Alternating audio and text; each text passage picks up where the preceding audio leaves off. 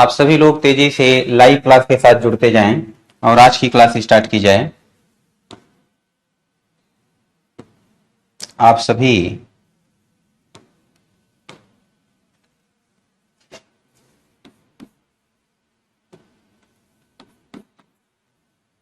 Live class के साथ जुड़ जाएं।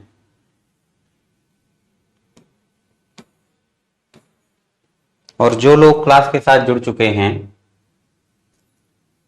वो एक बार क्लियर कर दें कि आप सभी मुझे सुन पा रहे हैं, क्या आप सभी तक मेरी आवाज पहुंच पा रही है?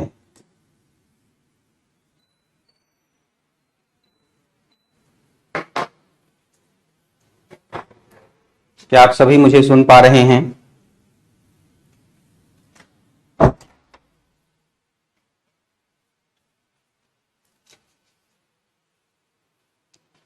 आकाश, आशीष, रजनीश, दीपिका, ऋषि, प्रियंका, ब्रजेंद्र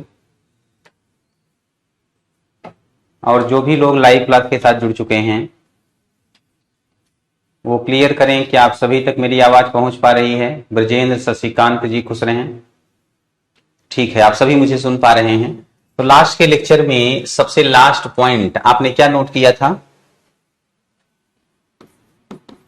हम लोग पढ़ रहे हैं स्वतंत्रता के उपरांत भारत। स्वतंत्रता के उपरांत भारत।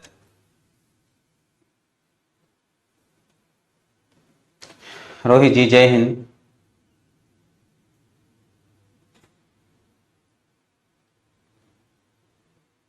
प्रद्युम्न, मनीषा, ममता, मोहित सभी को गुड आफ्टरनून।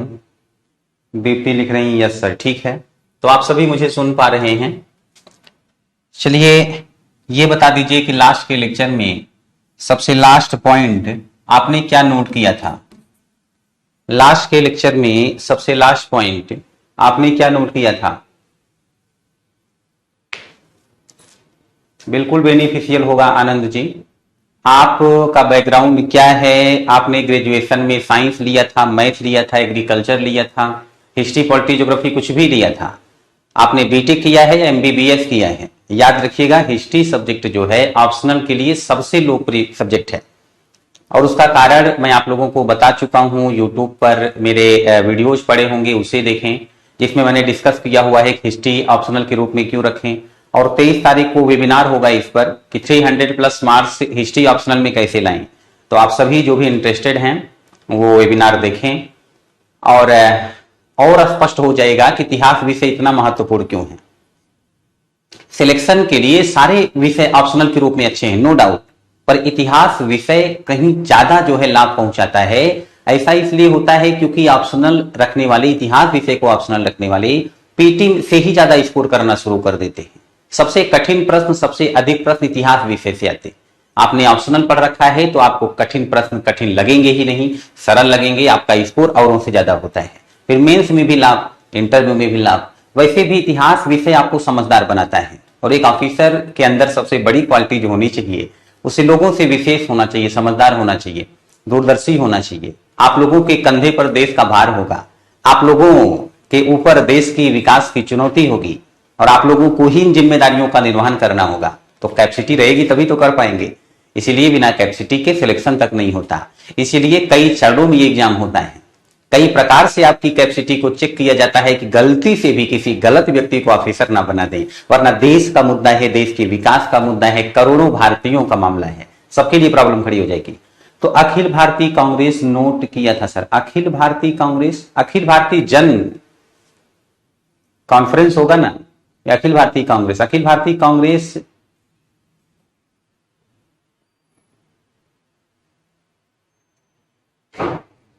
तो अच्छा प्रद्युम्न जी, नहीं आपका कमेंट मैं देखूंगा।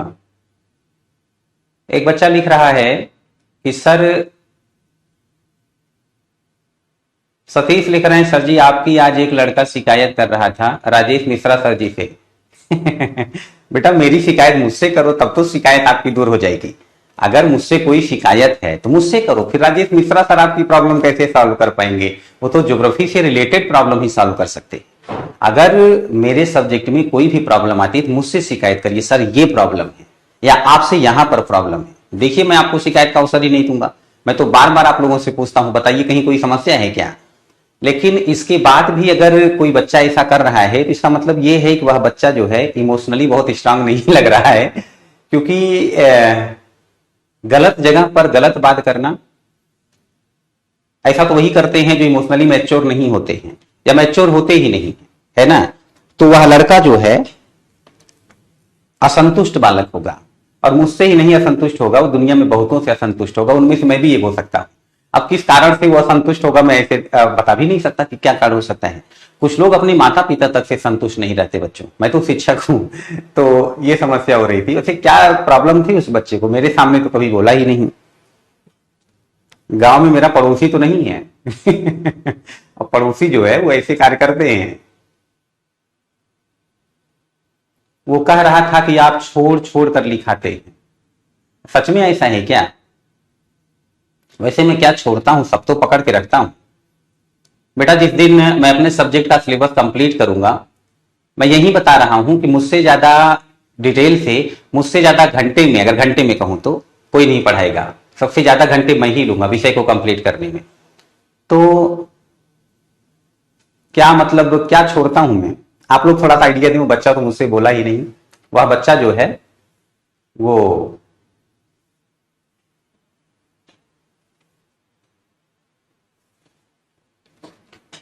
नहीं रणदेव जी सही कह रहे हैं, वो बच्चे की खुद की प्रॉब्लम होगी। यही तो मैंने भी कहा, उस बच्चे की अपनी समस्या होगी। सर्वेश लिख रहे हैं, एक बच्चा कह रहा था आप ऊपर ऊपर से पढ़ाते हो। तो बेटा अगर सबसे ज्यादा डिटेल से पढ़ाने के बाद भी मैं ऊपर ऊपर से पढ़ा रहा हूं तो बच्चे को कह दे नीचे नीचे से पढ़े वो, फिर तो इतिहास विषय ही 2 वर्ष तक पढ़ता रह जाएगा। यही समस्या होती है बच्चों, ऐसे ही बच्चे सिलेक्ट नहीं हो पाते, वो चीजों को समझ नहीं पाते। मैं जो पढ़ाऊं उसको पढ़ने के बाद फिर क्वेश्चंस देखो, वहां पे प्रॉब्लम आती, मुझसे बोलो कि सर ये चीज रह गई। और 100% पढ़ने के चक्कर में मत पड़िएगा बच्चों, 100% कभी जो है कोई ले पाया है क्या एग्जाम में। अगर आप जैसे क्या होता है बच्चों, कुछ बच्चे तो जब बुक भी पढ़ते हैं तो वो कुछ भी नहीं छोड़ना चाहते, उनको लगता है ये भी रट लो ये भी रट लो ये भी महत्वपूर्ण है, फिर सब रटने के चक्कर में पड़ जाते हैं। और वो कई वर्ष तक अगर तैयारी करे तो भी उनका सिलेक्शन नहीं होता। मैं उस बच्चे से नाराज होकर नहीं कह रहा हूं, वो बच्चा जो है उसकी मानसिक स्थिति मैं समझ रहा हूं, तो वो कहीं ना कहीं दया का पात्र है उसकी स्थिति अच्छी नहीं है, तो इस पर नहीं कह रहा, बट ऐसा होता है कि कुछ भी ना छोड़ा जाए। अरे बेटा पहले सबसे महत्वपूर्ण चीजें पढ़ो, सिलेबस तो बहुत ज्यादा है, महासागर है। आप कल्पना करो अगर आपके सामने अचानक से नोटों का ढेर पड़ा मिल जाए, उसमें 2000 की भी नोट हो, 500 की भी हो, 10 की भी हो, और आपके पास सीमित समय है कि आपको वहां से नोटें उठानी है, बहुत से लोग और पहुंचने वाले हैं, तो आप कौन सी नोट उठाना शुरू करोगे, 2-2 हजार की नोट उठाओगे, 10-10 वाली तो नहीं उठाओगे। अगर ये सोचोगे कि सब उठा लूं, कोई भी ना छोड़ू, तो थोड़ा सा उठाए रहोगे, उसके बाद दूसरे लूट ले जाएंगे। ये होता है। नहीं बेटा सिर्फ एनसीईआरटी से प्री नहीं क्लियर होगा।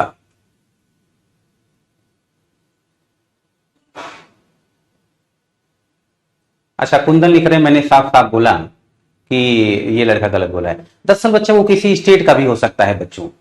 Ravi sir not give full knowledge about any topic और फैक्ट नहीं देते हैं। बड़ी गंभीर गंभीर शिकायतें हैं लड़के की, पर मुझसे नहीं किया, ये मैं सोच रहा हूं। तो देखो बच्चों, जैसे मैं मॉडर्न हिस्ट्री पढ़ाया, तो मॉडर्न हिस्ट्री से पीटी में क्वेश्चन आते, तो मॉडर्न हिस्ट्री में मैंने मेंस की दृष्टि से चीजें समझाई, प्रारंभिक परीक्षा की दृष्टि से चीजें समझाई। जो मैंने लिखवाया है वो मुख्य परीक्षा की दृष्टि से ज्यादा महत्वपूर्ण है, प्रारंभिक परीक्षा की दृष्टि से उसमें कुछ बातें हैं, सारी बातें नहीं है। उसके लिए मैंने अलग से पीडीएफ दिलवाया था कि बेटा ये सब कुछ आप नोट कर लें। जितना मैं पढ़ा देता हूं उतना पढ़ने के बाद 90% जो पीडीएफ आपको दिया गया है प्लस में जो क्लास में लिखवाता हूं, 90% आप किसी भी स्टेट का पीटी का क्वेश्चन पेपर सॉल्व करें, यूपीएससी का भी, आप 90% क्वेश्चन सॉल्व करते चले जाएंगे, ऐसा आपके साथ होगा। तो डीपली नहीं पढ़ाते हैं, वो लड़का परेशान है खुद से। चलिए छोड़िए, आप लोग बताइए, आप लोग को कोई समस्या।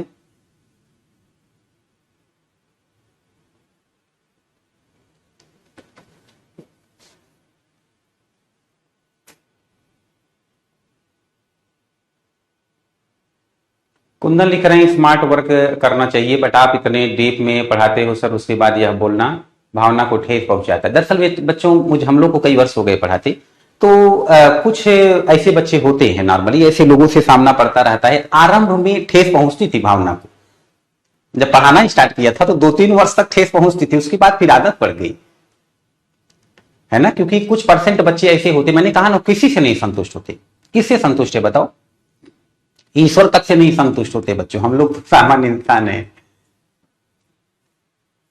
तो सर्वेश जी, वो सब होता रहता है, ये तो ऐसी बातें हम लोग भी करते हैं, क्या करें। चलिए, आप लोगों को कोई समस्या? और मैं बार बार पूछता रहता हूं, मुझसे बोलिए, मुझसे ये कहिए सर आप और डीप में पढ़ा दें, फिर मैं आपको बताऊंगा महत्वपूर्ण है कि नहीं है।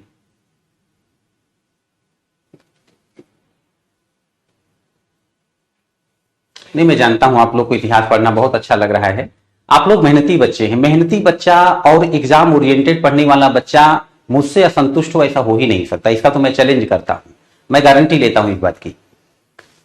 लेकिन फिर भी, हाँ, ये सब फालतू की बात है रंजोजी भाई जी, काफी समय इस पर चला गया।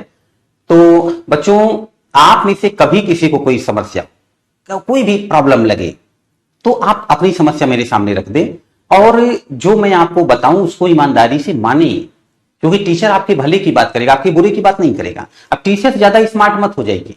टीचर कह रहा है इतना ही पढ़ो, तो आप उससे एक्स्ट्रा पढ़ जाइए, पढ़ ही नहीं पाओगे बेटा। 1-2 वर्ष में हालत खराब हो जाएगी, उसके बाद लगेगा सर सही कह रहे थे, फिर वहीं से आओगे जहां से शुरू किया था, फिर 2-3 वर्ष और लग जाएंगे, ऐसा होता है। तो चलिए, खुश रहिए जितेंद्र जी। सबसे लास्ट पॉइंट क्या लिखा था?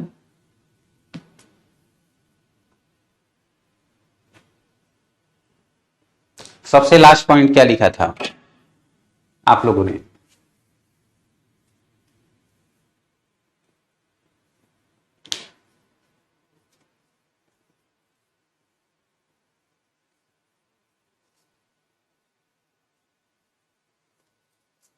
वर्ल्ड हिस्ट्री बेटा पोस्ट इंडिपेंडेंस के बाद स्टार्ट होगी। यहां तक बताएं क्या करना है, मतलब क्या लिखवाना है इसके आगे। कहां तक लिखा था आपने?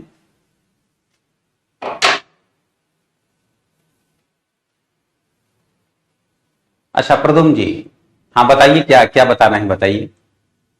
हाँ, अखिल भारतीय जन कॉन्फ्रेंस का गठन हो गया। नेक्स्ट पॉइंट लिखिए, नेक्स्ट पॉइंट लिखिएगा।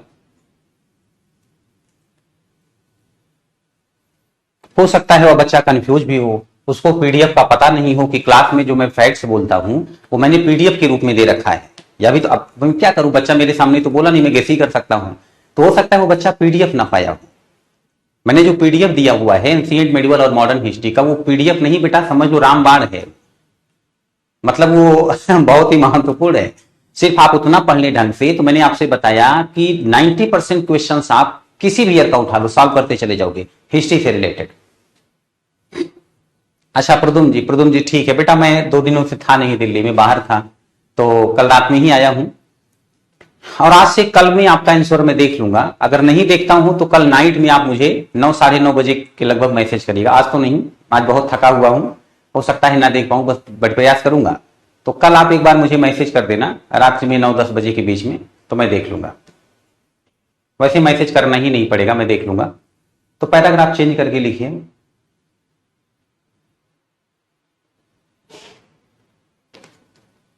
तो लिखिएगा, देखो बच्चों, फिर आप लोगों से कह रहा हूं, जितना डिटेल से, जितना समय लेकर इतिहास विषय मैं आपको पढ़ाता हूं, पढ़ाऊंगा, उतना डिटेल से वर्तमान समय में मार्केट में कोई नहीं पढ़ाता और ना पढ़ा पाएगा।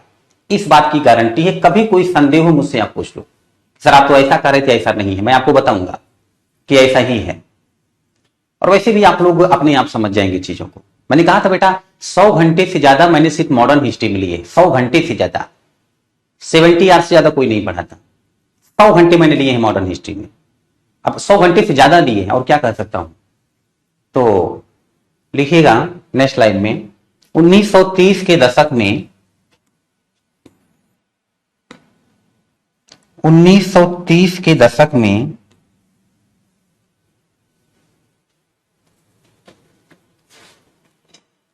वो लड़का इंग्लिश में ही सारी बात रख रहा था, मतलब इंग्लिश मीडियम का हो सकता है, और हो सकता है मेरा पड़ोसी हो तो पड़ोसी जो है बहुत परेशान रहते हैं बच्चों, तो कहीं ना कहीं पहुंचे रहते हैं किसी न किसी प्रकार से, तो हो सकता है इस चक्कर में जो है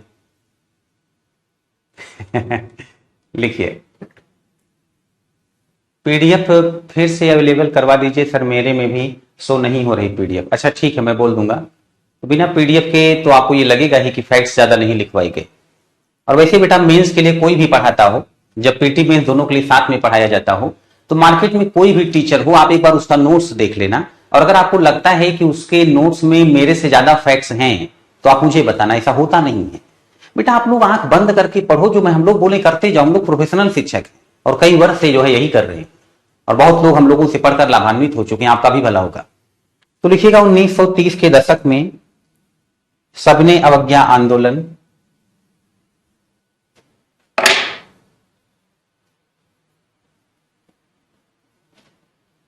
सबने अवज्ञा आंदोलन से एवं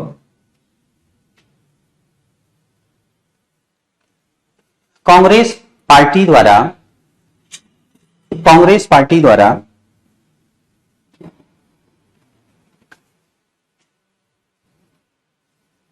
कांग्रेस पार्टी द्वारा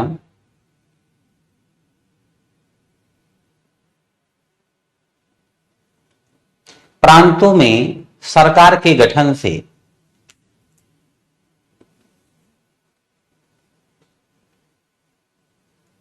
देशी रियासतों की जनता में भी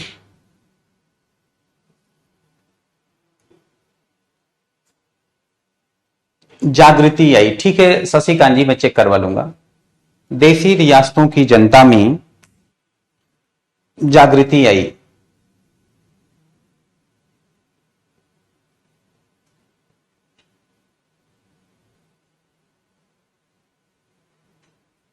अच्छा सर्वे जी चर्चा हो जाएगी, व्हाट्सएप पर मैसेज कर देना, बता दूंगा। लिखना, देशी रियासतों की जनता में जागृति आई, फिर ऐसे कांग्रेसी नेता जिन पर फिर ऐसे कांग्रेसी नेता जिन पर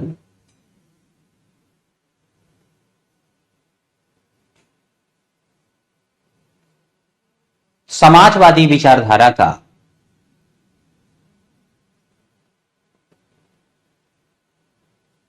अत्यधिक प्रभाव था, जिन पर समाजवादी विचारधारा का अत्यधिक प्रभाव था, उन्होंने कांग्रेस पार्टी पर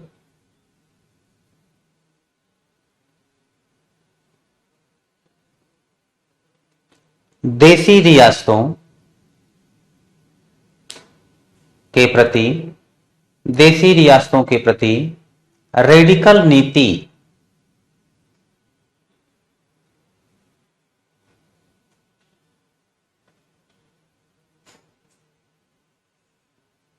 अपनाने का दबाव डाला। देशी रियासतों के प्रति रेडिकल नीति अपनाने का दबाव डाला।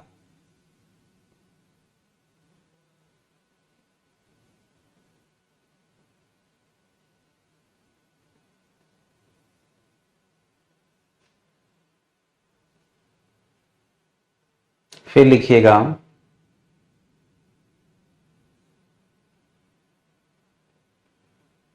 नेक्स्ट लाइन में 1942 ईस्वी में जब भारत छोड़ो आंदोलन आरंभ हुआ, 1942 ईस्वी में जब भारत छोड़ो आंदोलन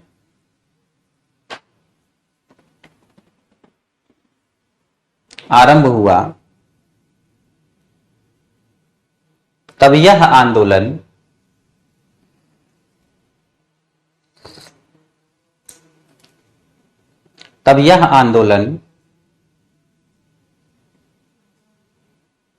ब्रिटिश भारत के साथ साथ यह आंदोलन ब्रिटिश भारत के साथ साथ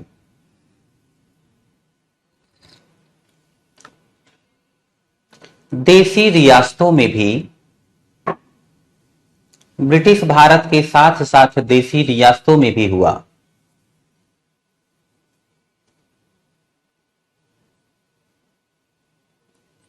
हेडिंग डालिए, देसी रियासतों के एकीकरण में बाधाएं हैं।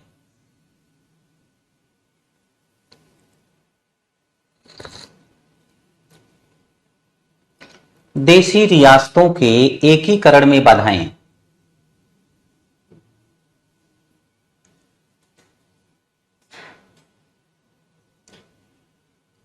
अच्छा बच्चों, आप में से किसे किसे पीटी का पीडीएफ नहीं मिला? पीडीएफ मैंने कुछ अलग से नहीं दिलाया। देखो बच्चों, दो प्रकार का पीडीएफ होता है।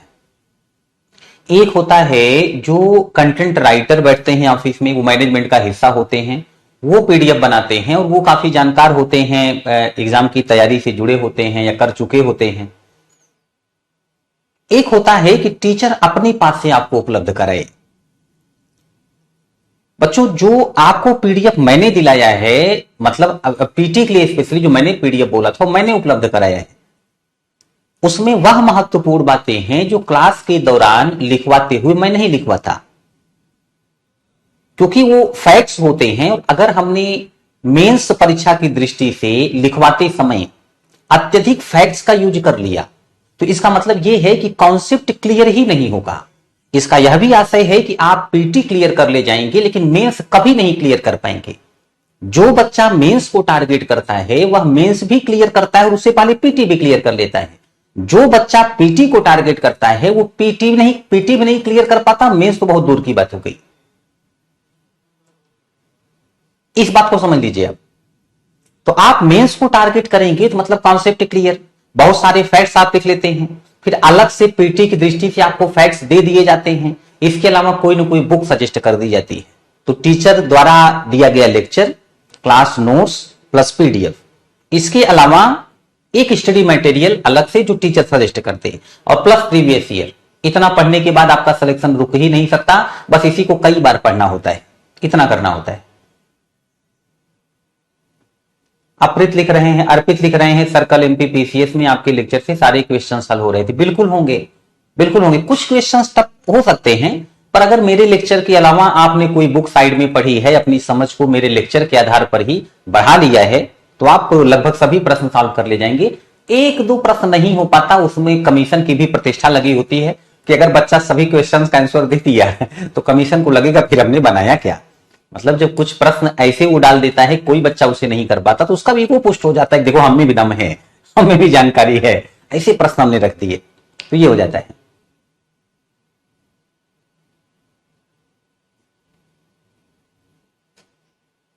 अत्यधिक फैक्ट से कॉन्सेप्ट के अंडरस्टैंडिंग का फ्लो टूट जाता है। बिल्कुल बेटा, यही होता है, यही होता है। तो बट आप लोग समझ रहे हैं, काफी है। अब मैंने इतना लेक्चर इसलिए दे दिया कि आप लोगों के अंदर अगर कभी दिल में कोई इमोशन हो, तो मैं इतना पूछता, मुझसे ज्यादा कोई शिक्षक नहीं पूछता होगा, गारंटी है। बार बार पूछता हूं, कोई प्रॉब्लम, कोई प्रॉब्लम, कोई प्रॉब्लम। और यहां नहीं बता पाए, अंदर रख करके जहां प्रॉब्लम बतानी वहां नहीं बता रहे, कहीं और बता रहे, क्या मतलब? क्या उसका हल निकल जाएगा? क्या नहीं निकलेगा? चलिए,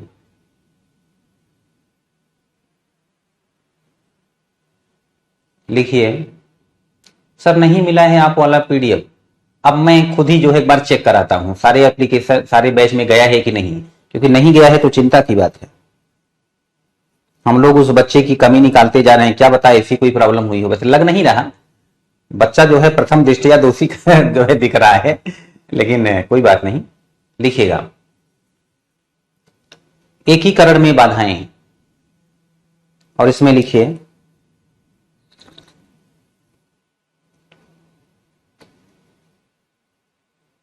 फर्स्ट पॉइंट,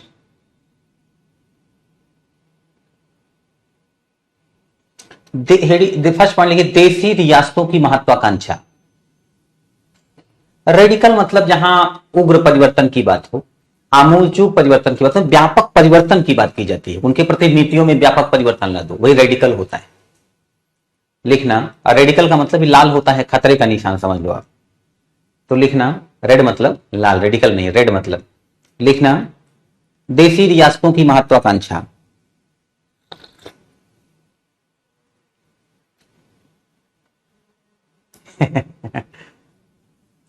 सर्वेश लिख रहे हैं बच्चा अंग्रेज है सर जिसने शिकायत की है। हाँ ये तो मैं कहना भूल ही गया। ब्रिटिश पक्षधर, जाहिर सी बात है मुझसे संतुष्ट नहीं हो सकते क्योंकि मैं अंग्रेजों की ऐसी स्थिति कर देता हूं।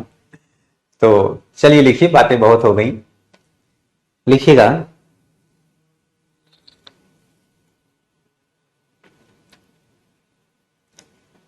कि देशी रियासतों की महत्वाकांक्षा लिखना, इसमें लिखना ब्रिटिश सर्वोच्च सत्ता, ब्रिटिश सर्वोच्च सत्ता के समाप्त होने के पश्चात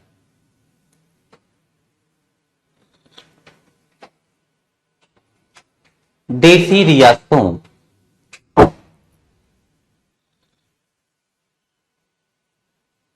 की महत्वाकांक्षा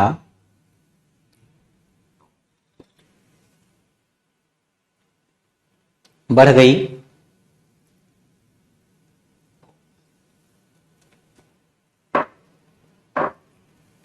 देशी रियासतें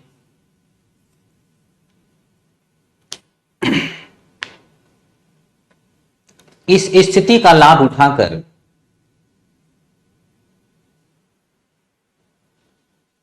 कुंदन लिख रहे हैं स्टेट पीसीएस एस्पिरेंट होगा इसलिए उसे ज्यादा फैक्ट चाहिए होंगे। स्टेट में ही रह रहा होगा इसलिए ज्यादा चाहिए होंगे। स्टेट पीसीएस में भी बेटा आवश्यकता से ज्यादा फैक्ट नहीं चाहिए।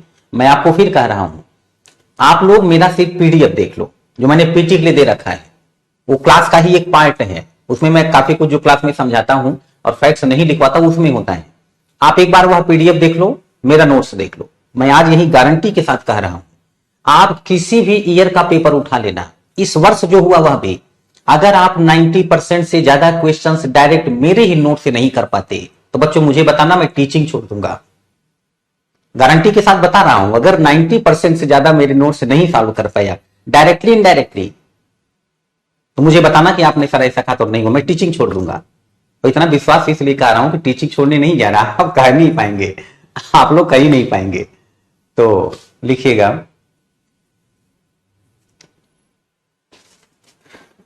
पर आप लोगों ने वहां पर उस बच्चे को नहीं घेरा।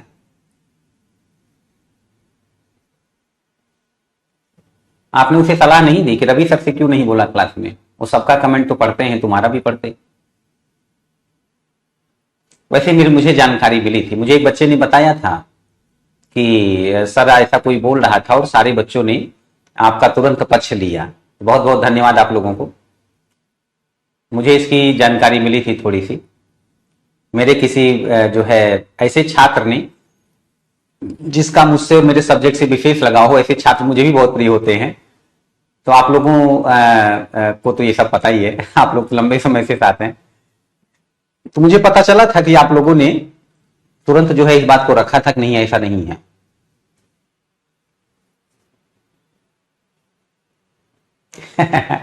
ठीक है सर्वेश जी, मैं बोल दूंगा।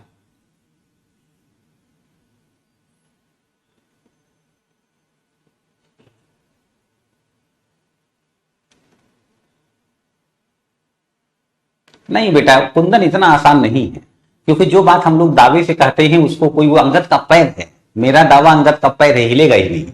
तो इतना आसान थोड़ी नहीं है।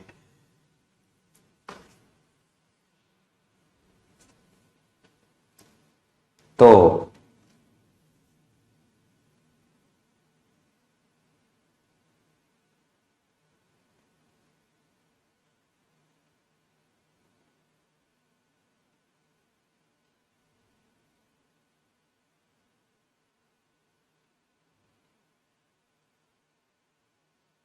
लिखना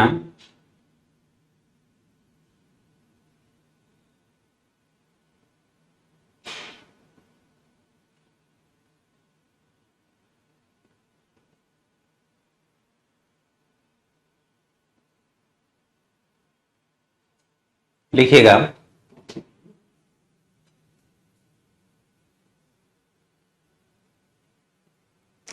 कुछ लोग मजे भी ले रहे हैं उस बच्चे का। नहीं ऐसा मत करिए, जाने दीजिए। पर मेरा स्टूडेंट वो लग नहीं रहा है, मुझे लग नहीं रहा वो बच्चा मुझसे पढ़ा है। सवाल ही नहीं पैदा होता। एक आध लेक्चर कहीं देख लिया होगा, मुझसे पढ़ने वाला बच्चा ऐसा बोल ही नहीं सकता। तो लिखिए, क्या लिख रहे थे आप लोग? इस स्थिति का लाभ उठा करके देशी रियासतों ने स्वयं को स्वतंत्र एवं शक्तिशाली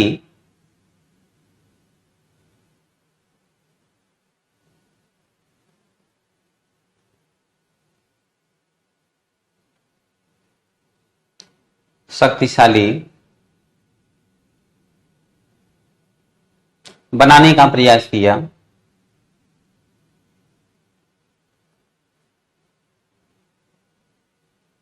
कुंदन महोदय अपनी बातों को स्पष्ट करें, या आपकी बातें समझ में नहीं आ रही हैं?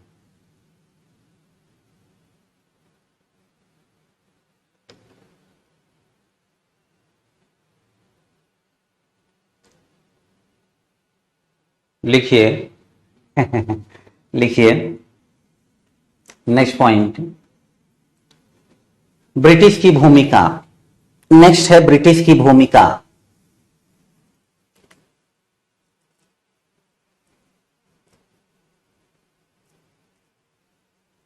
और फिर लिखिए,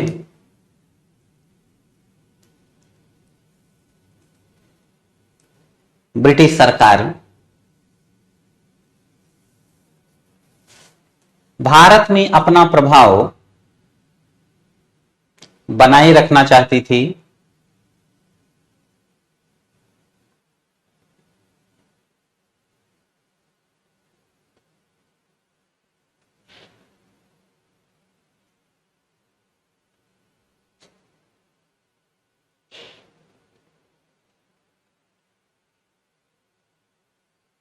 साथ ही वह कुछ भारतीय उत्पादों को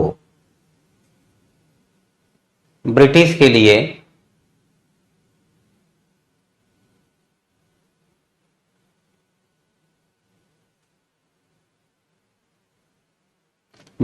लिए सुरक्षित रखवाना चाहती थी।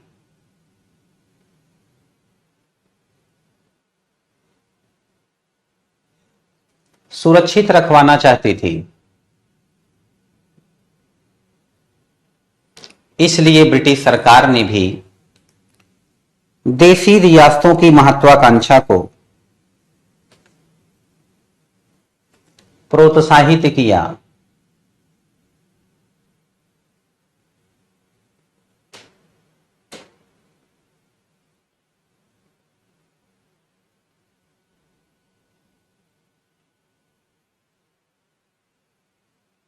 देशी रियासतों की महत्वाकांक्षा को प्रोत्साहित किया। कुंदन बेटा एक पक्षी होता है, वो रात्रि में पैर अपने ऊपर करके सोता है। उसको लगता है आसमान अगर गिरेगा तो मैं उसको अपने पंजे पर संभाल लूंगा।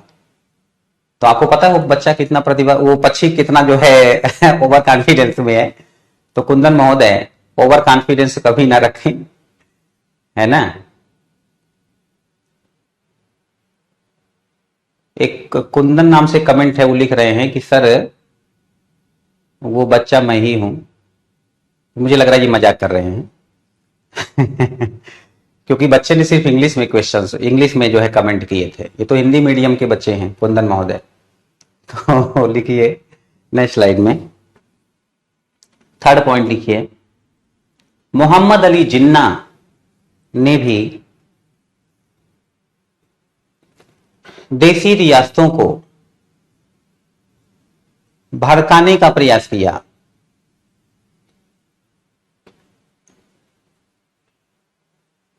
मोहम्मद अली जिन्ना ने भी देशी रियासतों को भड़काने का प्रयास किया।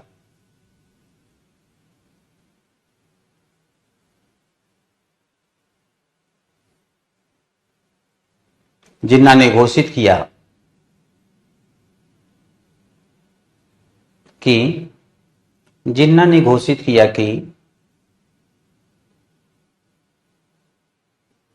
देशी रियासतों को स्वतंत्र रहने का अधिकार है। देशी रियासतों को स्वतंत्र रहने का अधिकार है।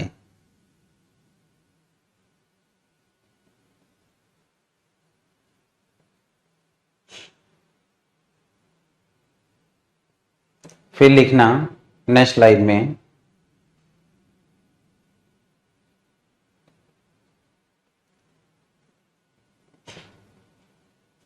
देसी रियासतों के एकीकरण में योगदान।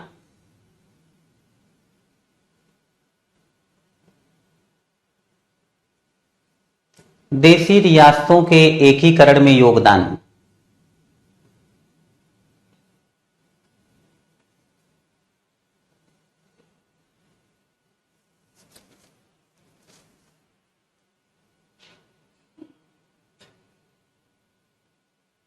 अच्छा बच्चों ये बताइए, आप में से कितने लोग जो कुछ मैं पढ़ाता हूं उसे पढ़ने के बाद उस पर सोचते हैं और प्रीवियस ईयर क्वेश्चंस देख करके। हाँ बिल्कुल सर्वेश जी, आपने सही समझा, आपने सही समझा। सर्वेश लिख रहे हैं कि सर मैं उसकी कूटनीति समझ गया, वो आपके वैकल्पिक विषय के छात्रों को काटना चाह रहा है, उसे किसी ने भेजा है। हाँ नो डाउट कि ऐसे बच्चे जो है ऐसा भी उद्देश्य होता है, लेकिन क्या है ना बच्चों, जो गंभीर बच्चे होते हैं वर्तमान समय ऐसा है कि वो सब जानते रहते हो, किसी के प्रभाव में नहीं आते, तो ये सब जो है नहीं हो पाता। हाँ वो बाहर के किसी बच्चे को प्रभावित कर सकता है, जो बच्चे मुझसे पढ़ रहे हैं उनको प्रभावित नहीं कर सकता। जो बच्चे लंबे समय से मुझसे पढ़ रहे हो उनको तो सब पता होता है, तो वहां ऐसा नहीं हो पाता। पर नो डाउट कि ऐसा होता है, ऐसे बच्चे या तो अपनी किसी कमी का शिकार होते हैं, दूसरों द्वारा जो है यूज कर लिए जाते हैं। लेकिन आप लोग उस पर इतना नाराज क्यों, मतलब काफी समय दे रहे हैं, मैं देख रहा हूं कमेंट आते ही जा रहे, मतलब मुझसे ज्यादा तो आप लोग क्रोधित हैं। मैं तो बस इसलिए जो है थोड़ा सा बोल गया कि मुझसे बताना चाहिए अगर कुछ ऐसा है, लेकिन वह बच्चा जो है इतना समझदार लग नहीं रहा है ना, तो इसलिए मतलब ही बेकार है। पर आप लोगों का प्रेम देख करके मुझे सच में बड़ी खुशी हुई, इसलिए नहीं कि आप लोग जो है मुझे समझ रहे, इसलिए कि आप जो है इतिहास विषय का पाठ्यक्रम समझ रहे हैं। बच्चा उस टीचर को बहुत पसंद करता है जिसकी पढ़ाई बातें वह आसानी से समझ जाएं और वह बातें एग्जाम की दृष्टि से बेनिफिशियल भी हों, क्योंकि कुछ समय जैसे लॉलीपॉप दे करके छोटे बच्चों को प्रभावित किया जा सकता है। जो बच्चे सीनियर होते हैं आप उन्हें बेवकूफ नहीं बना सकते, तो आप अगर एग्जाम की दृष्टि से बेहतरीन चीजें पढ़ा रहे हैं, आप पाठ्यक्रम को बच्चों के लिए आसान बना दे रहे हैं, तो फिर मेहनती बच्चा आपको पसंद करेगा। और जो जितना ज्यादा बच्चा हम लोगों को पसंद करता है बच्चों, यही हम लोगों की पूंजी है। जो हम लोग पढ़ाते हैं उसका पेमेंट जो मिलता है एक बात है, यही हम लोगों की पूंजी होती है। सर्वेश लिख रहे हैं आंसर राइटिंग के साथ रिवीजन के अलावा बाकी टाइम ही नहीं बचता, बचेगा ही नहीं।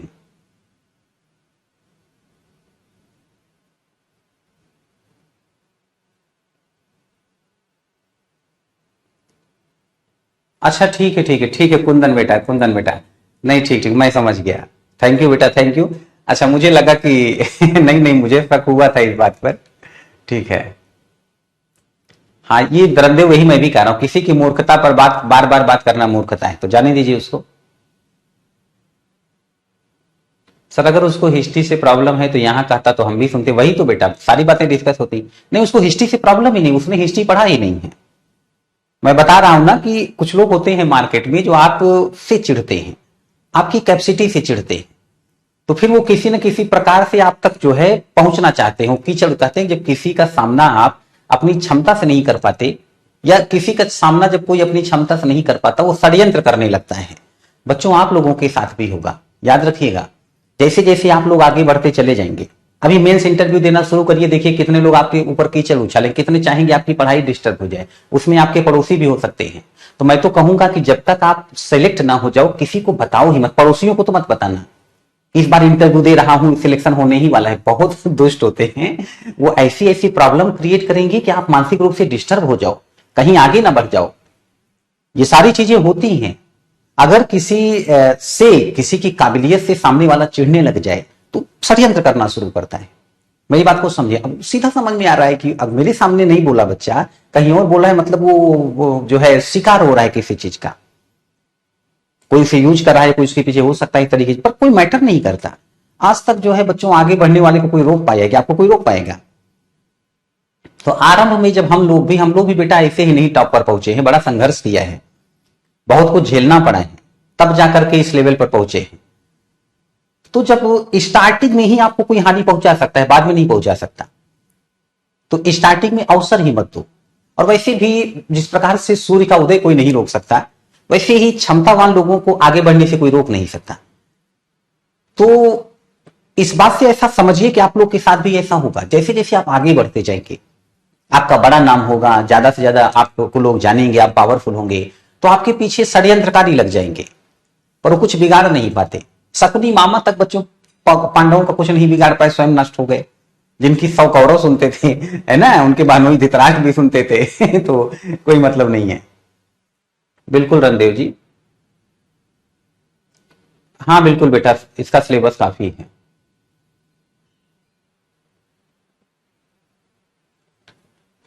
चल देखो, प्रिंस हमारे बड़े पुराने स्टूडेंट हैं। प्रिंस कह रहे हैं सर उसको छोड़िए प्लीज, जाने दीजिए, अब छोड़ दीजिए। आप लोग भी थोड़ी सिंपैथी दिखाइए, लड़का मानसिक रूप से परेशान होगा। लिखिएगा यहां पर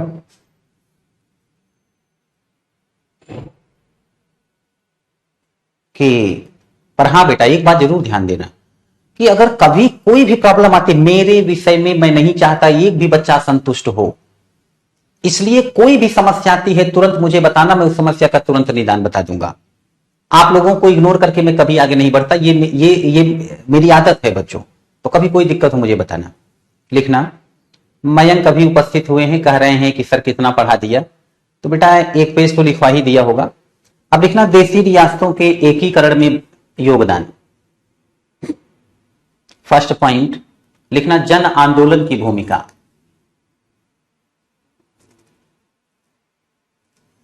फर्स्ट पॉइंट लिखिएगा, जन आंदोलन की भूमिका।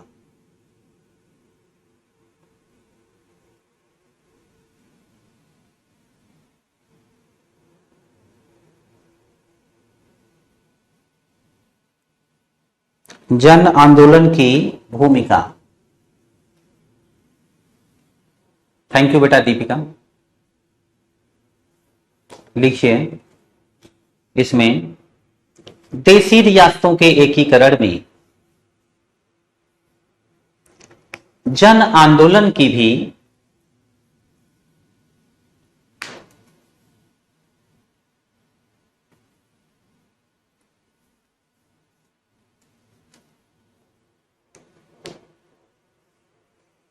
जन आंदोलन की भी भूमिका थी। देशी रियासतों के एकीकरण में जन आंदोलन की भी भूमिका थी।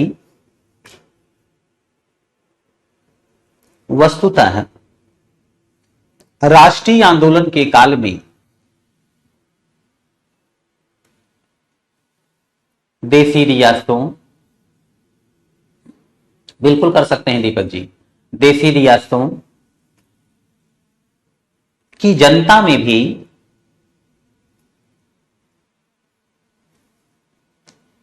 देशी रियासतों की जनता में भी जागृति आई। अच्छा दीपक बेटा मुझसे संपर्क करना व्यक्तिगत रूप से, मैं आपको बता दूंगा। देशी रियासतों की जनता में भी जागृति आई थी स्वतंत्रता के काल तक।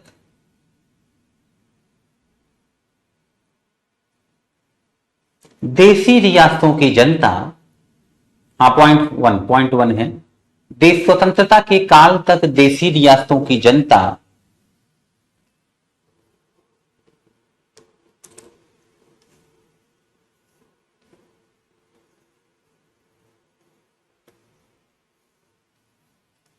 देशी रियासतों की जनता स्वयं को भारतीय राष्ट्र के नागरिक के रूप में देखने लगी थी। भारतीय राष्ट्र के नागरिक के रूप में देखने लगी थी।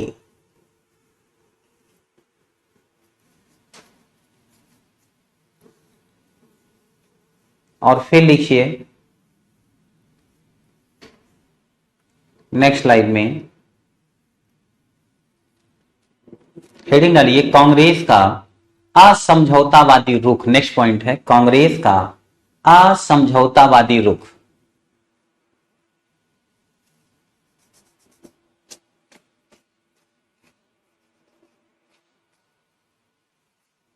कांग्रेस का असमझौतावादी रुख।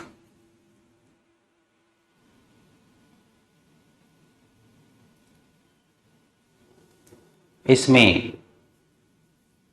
अच्छा दीपक बेटा, आज मैं जरूर रिप्लाई कर दूंगा, या आप मुझे कॉल कर लेना 9:30-10 बजे के लगभग। कांग्रेस का असमझौतावादी रुख, इसमें लिखिए कांग्रेस पार्टी ने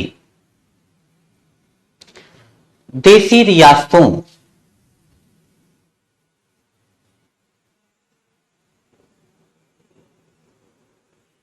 को यह स्पष्ट कर दिया था, देसी रियासतों को यह स्पष्ट कर दिया था कि उन्हें अपनी क्षेत्रीय स्थिति के अनुसार, उन्हें अपनी क्षेत्रीय स्थिति के अनुसार, दीपक लिख रहे हैं हिस्ट्री मेरी पसंद बन गई गुरुजी, थैंक यू सो मच, आपको भी धन्यवाद बेटा, आपने भी मेहनत की तभी यह विषय समझ में आया। देसी रियासतों को अपनी क्षेत्रीय स्थिति के अनुसार भारत अथवा पाकिस्तान के साथ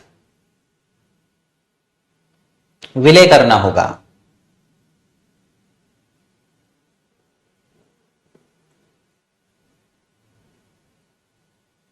कांग्रेस पार्टी ने यह घोषित किया था, कांग्रेस पार्टी ने यह घोषित किया था कि कांग्रेस पार्टी ने यह घोषित किया था कि यदि कोई भी देसी रियासत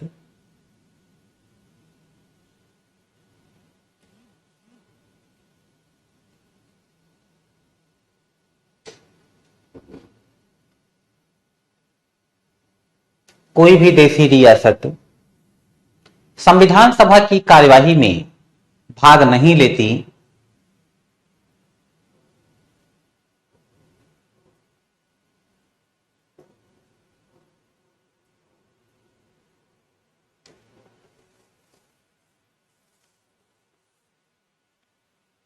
तो उसके इस कदम को भारत सरकार शत्रुतापूर्ण समझेगी, शत्रुतापूर्ण समझेगी।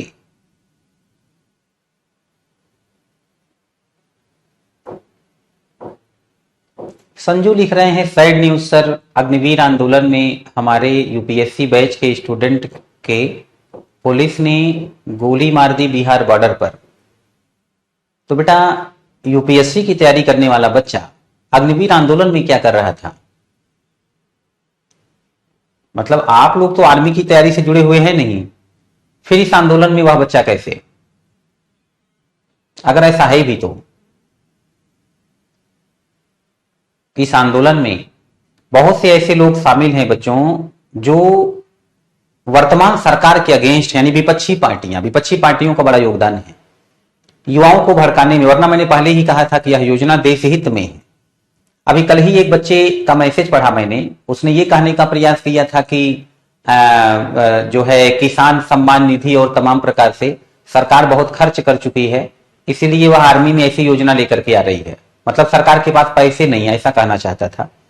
पर उस बच्चे को पता नहीं है कि बेटा अगर पैसे नहीं होते तो ज्यादा से ज्यादा लोगों को भर्ती करना, फिर उनको ट्रेनिंग देना, इस पर ज्यादा खर्च बैठता है। ये जो योजना है इससे सरकार का खर्च बढ़ेगा, घटेगा नहीं। तो यह बातें लोगों को समझनी चाहिए।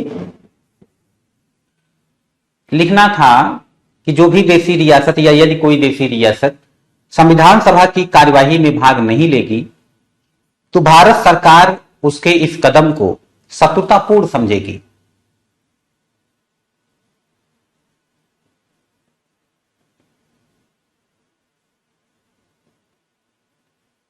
संजू लिख रहे हो कि कोई सामान लेने गया था बाहर, दुर्घटनावश ऐसा हुआ होगा। आज की डेट में तो बच्चों घर से बाहर ही निकलना कम से कम मतलब खतरे से खाली नहीं था। आज जगह जगह पर भारत बंद है। और हम लोग के साथ क्या है, हम लोग तो दिल्ली में है, थोड़ी दूरी तक ही चल करके जो है स्टूडियो तक पहुंचना होता है, कोचिंग तक, तो ऐसी समस्या नहीं थी। वरना आज की डेट में तो आप लोग भी थोड़ा सा बचिएगा, जहां पर समस्या हो वहां से जाने से बचिए। तो नेक्स्ट लाइन में लिखिए, नेक्स्ट लाइन में अभी आपने क्या लिखा कि कांग्रेस का असमझौतावादी रूप। फिर लिखिए नेक्स्ट पॉइंट, वल्लभ भाई पटेल की छड़ी एवं पुरस्कार की नीति।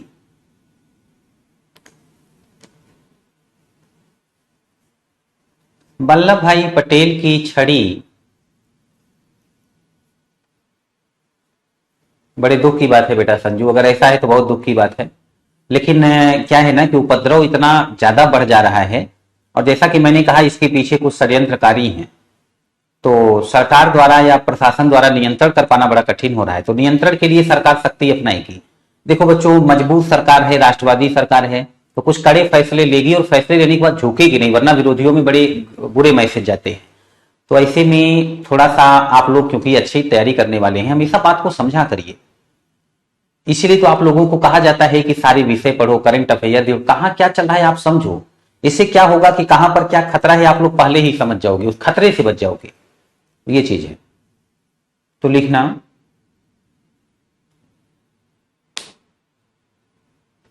बिल्कुल कुंदन बेटा, बिल्कुल बिल्कुल इसी पर बात होगी। तो आप सभी लोग लिखने पर ही फोकस करिए। अब जब मैं डाउट पर आऊंगा तो फिर जो है क्वेश्चंस करिएगा, नहीं तो काफी कुछ इधर उधर की बातें हो जाने से कुछ बच्चों का कंसंट्रेशन टूट जाएगा, और क्लास भी जो है, जो पूरा समय है क्लास का, हम लोग यूज नहीं कर पाएंगे। तो लिखिएगा यहां पर नेक्स्ट लाइन में, नेक्स्ट पॉइंट है, हेडिंग डालिए, वल्लभ भाई पटेल की छड़ी एवं पुरस्कार की नीति।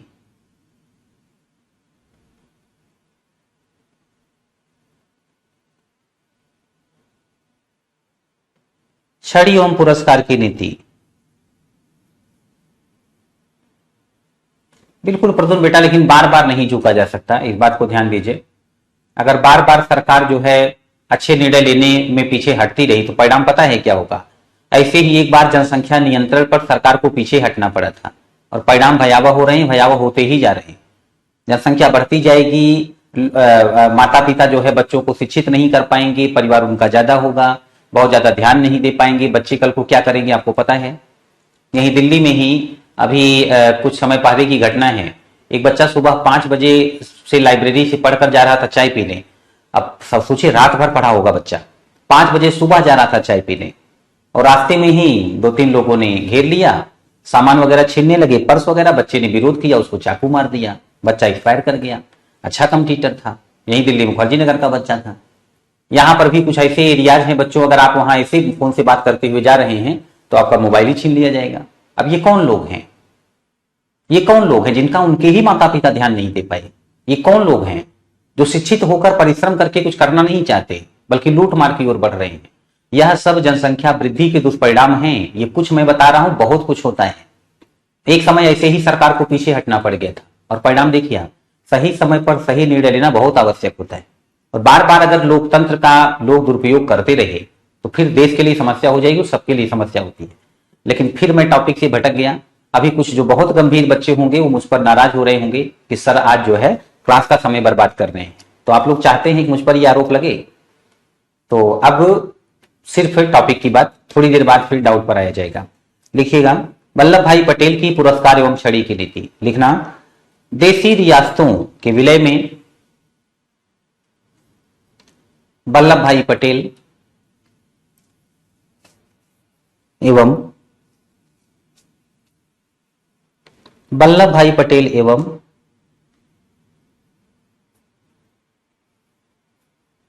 उनके सचिव वीपी मेनन, वीपी मेनन, संजू बेटा दुख की बात है, वीपी मेनन की महत्वपूर्ण भूमिका रही।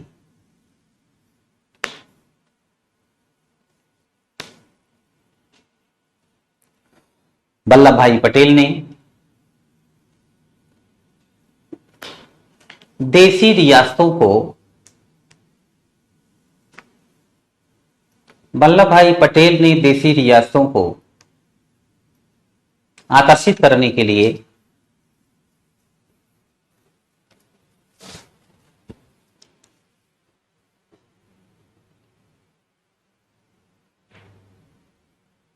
उनसे अपील की थी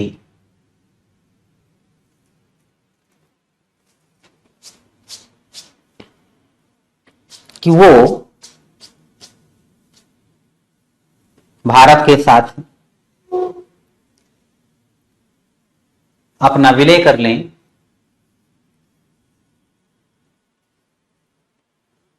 और उन्हें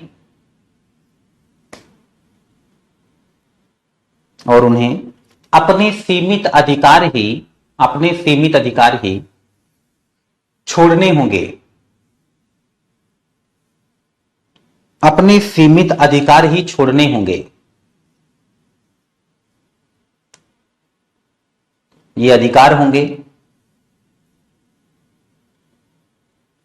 प्रतिरक्षा, ये अधिकार होंगे प्रतिरक्षा, विदेश एवं संचार।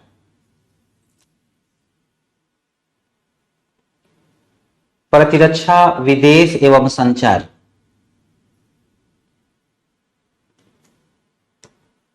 फिर लिखिएगा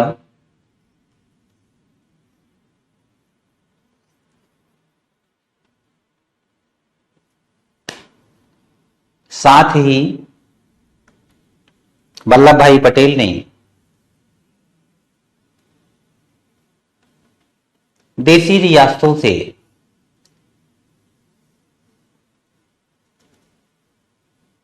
यह भी कहा था, देशी रियासतों से यह भी कहा था कि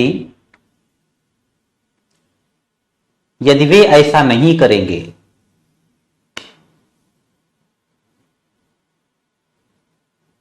तो उन्हें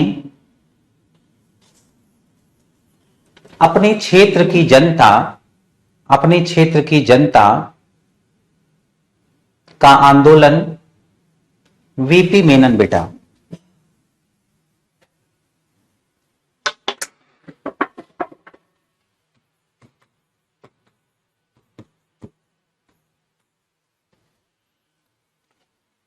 उन्हें अपने क्षेत्र की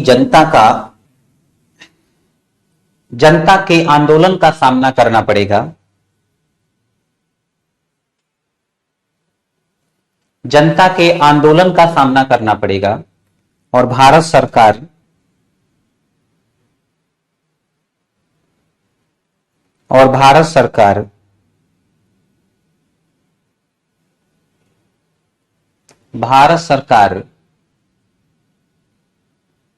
का रुख भी उनके प्रति कठोरता का होगा।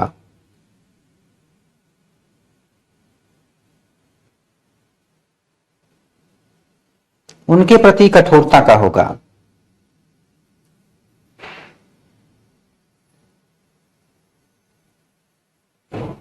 हाँ बिल्कुल बेटा, बिल्कुल आद्या बेटा, right hand of Sardar Patel. तो फिर लिखिए यहां तक कि वल्लभ भाई पटेल द्वारा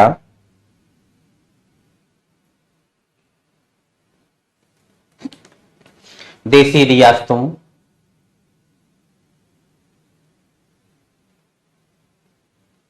के प्रमुखों को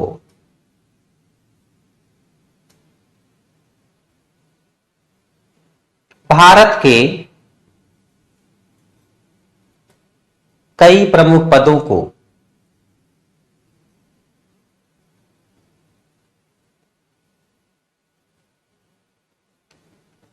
देने की एवं पेंशन आदि देने की बात भी की गई। पेंशन आदि देने की बात की गई। ये प्रमुख पद थे डैश करके राज प्रमुख,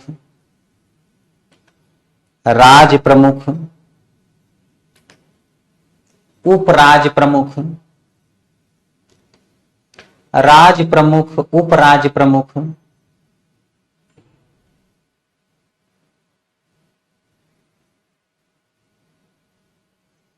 राज्यपाल,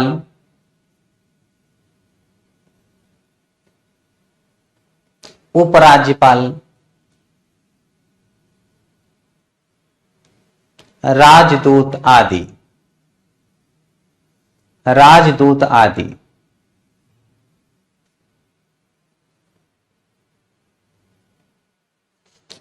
लिखना देसी रियासत, पैराग्राफ चेंज करके, देसी रियासतों ने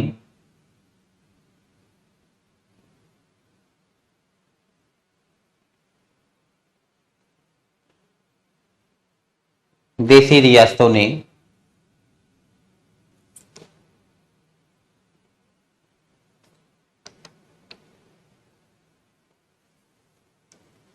भारत के साथ विलय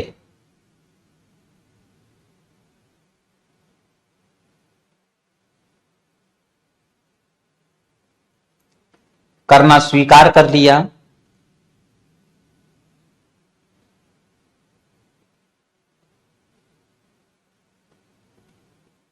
फिर आगे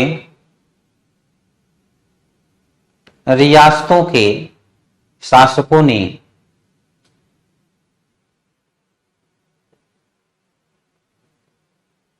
ये प्रमुख पद धारण किए।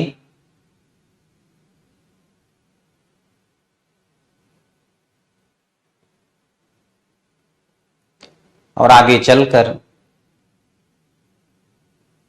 कुछ शासक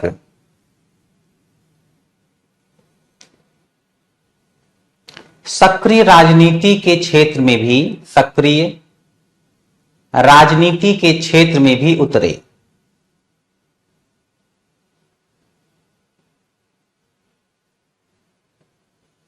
लगभग 600 देसी रियासतों में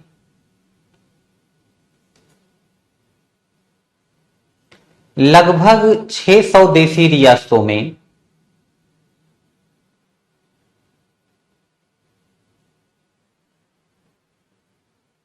मात्र जूनागढ़, लगभग 600 देसी रियासतों में मात्र जूनागढ़, जम्मू कश्मीर, हैदराबाद, जूनागढ़, जम्मू कश्मीर, हैदराबाद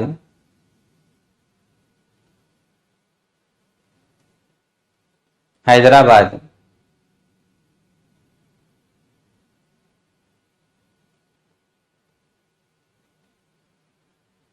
त्रावणकोर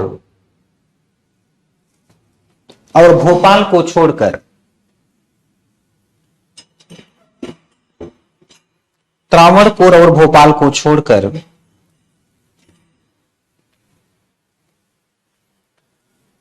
सभी रियासतों ने भारत के साथ, सभी रियासतों ने भारत के साथ अपना विलय कर लिया। सभी रियासतों ने भारत के साथ अपना विलय कर लिया।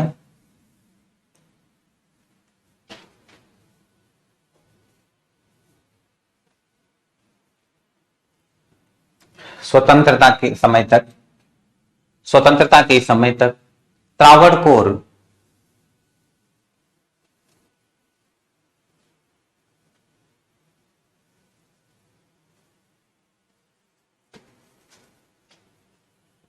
त्रावणकोर स्वतंत्रता के समय तक त्रावणकोर एवं भोपाल का भी विलय हो चुका था। भोपाल से पहले त्रावणकोर,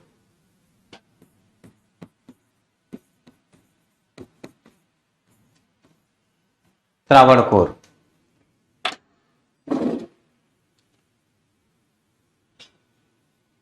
साधना जो बहुत कम कमेंट करती हैं, मुझे लगता है लाइव क्लास के साथ कंटिन्यू भी नहीं रहती होंगी, वीडियोस ही देखती होंगी, पर आज लाइव क्लास के साथ हैं या क्या है। साधना ने अभी कमेंट किया कि सर आज एक स्टूडेंट ने ज्योग्राफी की क्लास में आपके बारे में बोला कि आप शॉर्ट पढ़ाते हो और उनको कोई प्रॉब्लम थी तो डायरेक्ट क्लास में बोलते, दूसरी क्लास में बोलने की क्या जरूरत थी। बिल्कुल बेटा, यह बात कुछ बच्चों ने पहले भी बताई, इस पर चर्चा भी हुई। तो मैंने कहा भी कि वह बच्चा मेरी बैच का नहीं हो सकता, मुझसे पढ़ा हुआ नहीं हो सकता, नहीं तो ऐसा नहीं होता। और उस बच्चे को ज्यादा जानकारी भी नहीं है। मुझे लगता है उसको लग रहा होगा वो कोई भारी भरकम किताब लिया होगा, उसको लग रहा होगा ये सब महत्वपूर्ण है, तो उसको आइडिया नहीं है कि मैं ऐसा शिक्षक हूं जो हिस्ट्री में सबसे ज्यादा समय लेता हूं। मतलब ये है कि अगर कोई 200 घंटे में इतिहास पर, बेटा ऑफलाइन में भी 200 घंटे में हिस्ट्री पढ़ा दी जाती, 60 to 70 आवर्स मैक्सिमम है मॉडर्न हिस्ट्री में, और मैंने 100 आवर्स से ज्यादा पढ़ाया है। तो जो कुछ मैंने पढ़ाया है वो शॉर्ट में नहीं है, बहुत डिटेल से है, और इससे ज्यादा डिटेल से जो पढ़ेंगे वही लोग होते हैं जिनके बारे में गांव में उदाहरण दिया जाता है कि भैया हैं बाल पक गए उनके, आज तक सिलेक्शन नहीं हुआ, तो आप भी तैयारी करने मत जाओ, इसमें सिलेक्शन होता नहीं है, बहुत लोग गए उनका बाल पक गया। तो यही लोग होते हैं जो एक्स्ट्रा पढ़ने के चक्कर में बाल पका देते हैं। तो आप लोग भी ऐसे लोगों से प्रभावित मत होइएगा, और आप लोग प्रभावित होते भी नहीं, वरना आप तैयारी करने क्यों आते। तो ऐसे भैया लोगों का बाल पकने दीजिए। यहां पर लिखिए। पर आप लोगों को बहुत बुरा लगा, मुझे सोचकर बड़ी खुशी है कि आप लोग ना सिर्फ इस सब्जेक्ट को समझ रहे हैं, बल्कि जो है अगर आप लोगों को ये बात बुरी लगी तो मैं समझ पा रहा हूं कि आप लोग भी इतिहास विषय को कितना पसंद करने लगे हैं, मतलब मेरी मेहनत सार्थक गई। तो उस बच्चे को बहुत बहुत धन्यवाद, उसने कहा ना होता तो आप लोगों के बारे में मुझे पता नहीं चलता कि आप लोग इस विषय को इतना पसंद करते हैं और मेरे परिश्रम को भी समझ रहे हैं। तो ये बहुत मुझे बहुत अच्छा लगा। तो यहां पर लिखना नेक्स्ट लाइन में, अब हेडिंग डालिए जम्मू कश्मीर का विलय। जम्मू कश्मीर का विलय।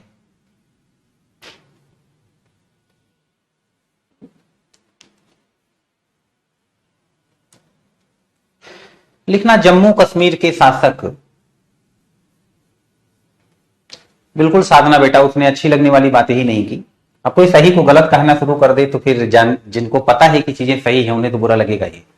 लिखना जम्मू कश्मीर के शासक हरि सिंह विलय के पक्ष में नहीं थे।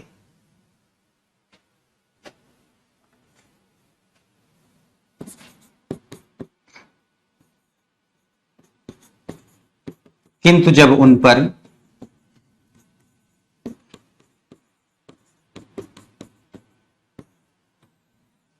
पाकिस्तान ने आक्रमण किया तब उन्होंने इंस्ट्रूमेंट ऑफ एक्सेशन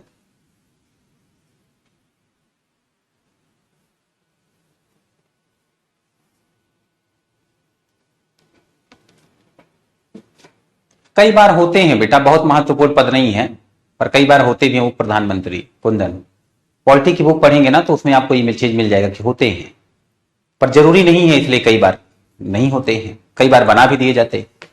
तो लिखिएगा इंस्ट्रूमेंट ऑफ एक्सेशन पर हस्ताक्षर कर दिए।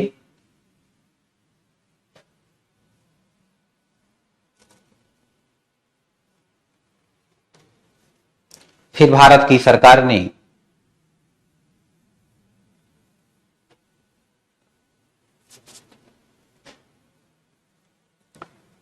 पाकिस्तान के नियंत्रण से जम्मू कश्मीर को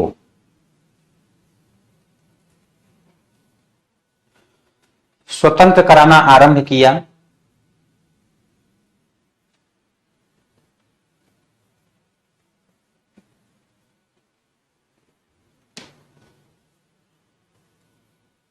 कुछ समय बाद ही भारत सरकार ने युद्ध रोक दिया। भारत सरकार ने युद्ध रोक दिया।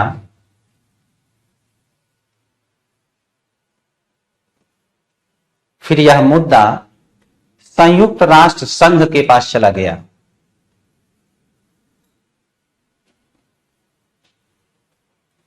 संयुक्त राष्ट्र संघ के पास चला गया। यह मुद्दा संयुक्त राष्ट्र के पास जाने तक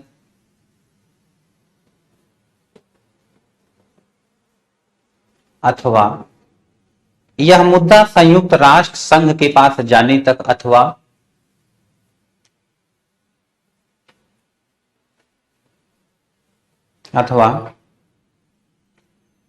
युद्ध रुकने तक जम्मू कश्मीर का 2/3 हिस्सा भारत के पास था और 1/3 हिस्सा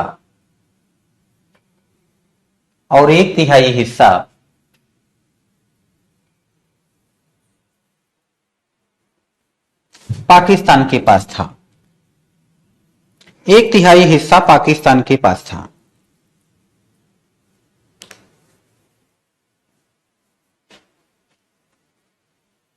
फिर लिखिएगा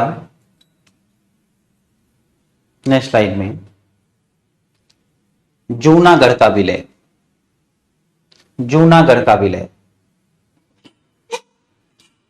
इसमें लिखिए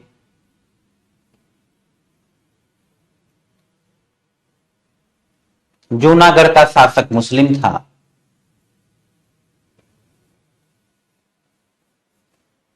किंतु वहां की बहुसंख्यक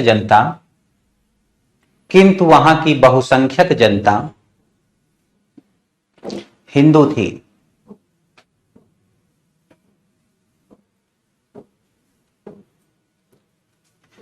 शासक पाकिस्तान के साथ विलय के अच्छा धीमे बोलूं, ठीक है बेटा दीपिका। शासक पाकिस्तान के साथ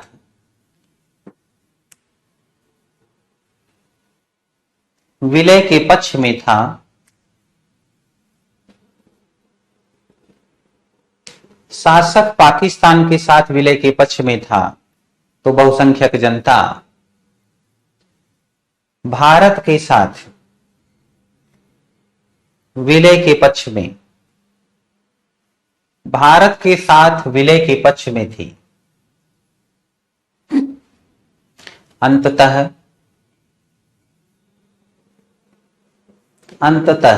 जूनागढ़ में जनमत संग्रह कराया गया। अंततः जूनागढ़ में जनमत संग्रह कराया गया।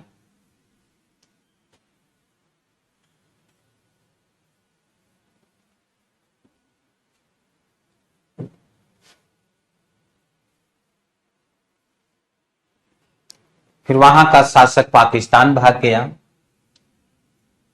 और जूनागढ़ का, फिर वहां का शासक तो पाकिस्तान भाग गया और जूनागढ़ का भारत में विलय कर दिया गया और जूनागढ़ का भारत में विलय कर दिया गया।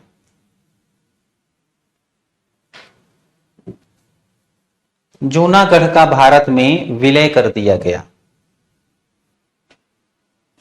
अब लिखिए हैदराबाद का विलय।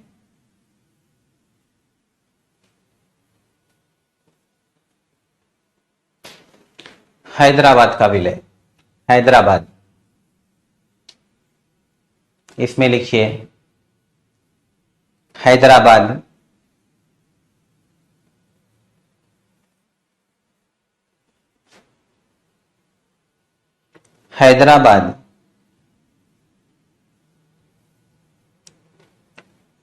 का शासक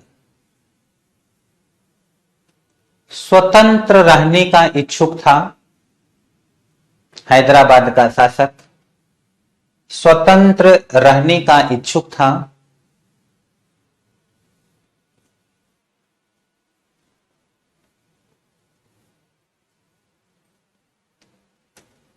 उसने भारत सरकार से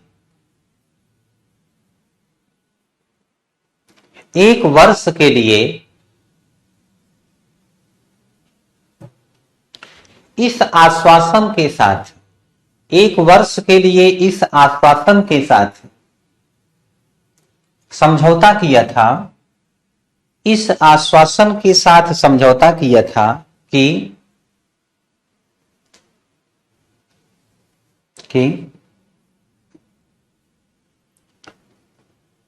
वह हैदराबाद में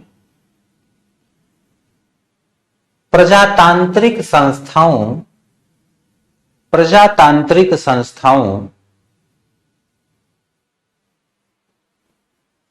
के विकास को प्रोत्साहित करेगा।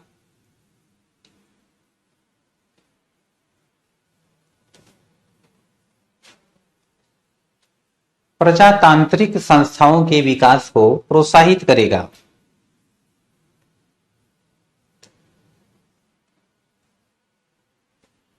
किंतु उसने अपने क्षेत्र के किसानों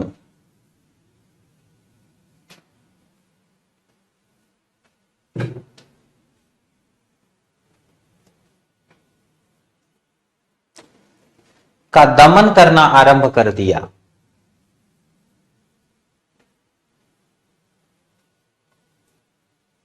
अंत में भारत सरकार ने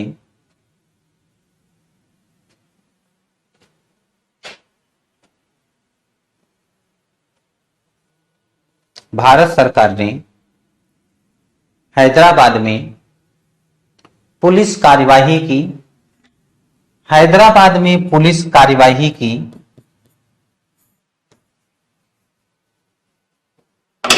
और ऑपरेशन पोलो के द्वारा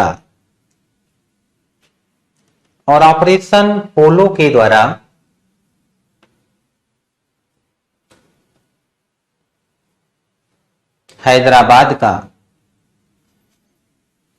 ऑपरेशन पोलो के द्वारा हैदराबाद का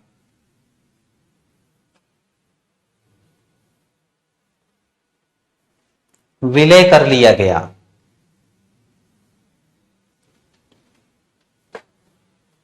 अब हेडिंग डालिए, पौंडीचेरी का विलय। हेडिंग डालिए, पौंडीचेरी का विलय।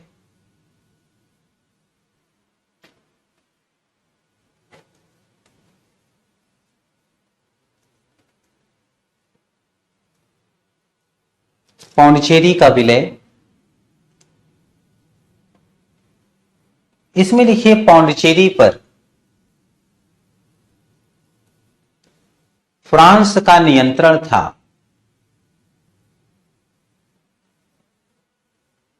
पौंडीचेरी पर फ्रांस का नियंत्रण था।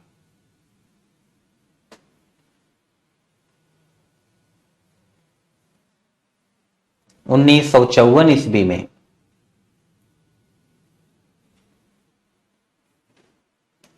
फ्रांस ने शांतिपूर्वक 1954 ईस्वी में फ्रांस ने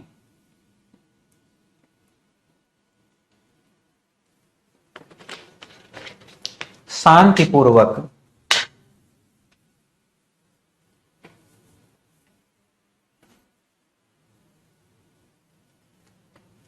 पौंडीचेरी को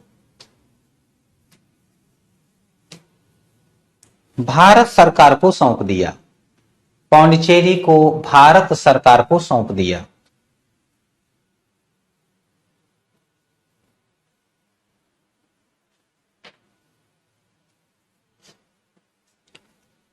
नेक्स्ट लाइन में लिखिए, गोवा का विलय। गोवा, हेडिंग डालिए, गोवा का विलय।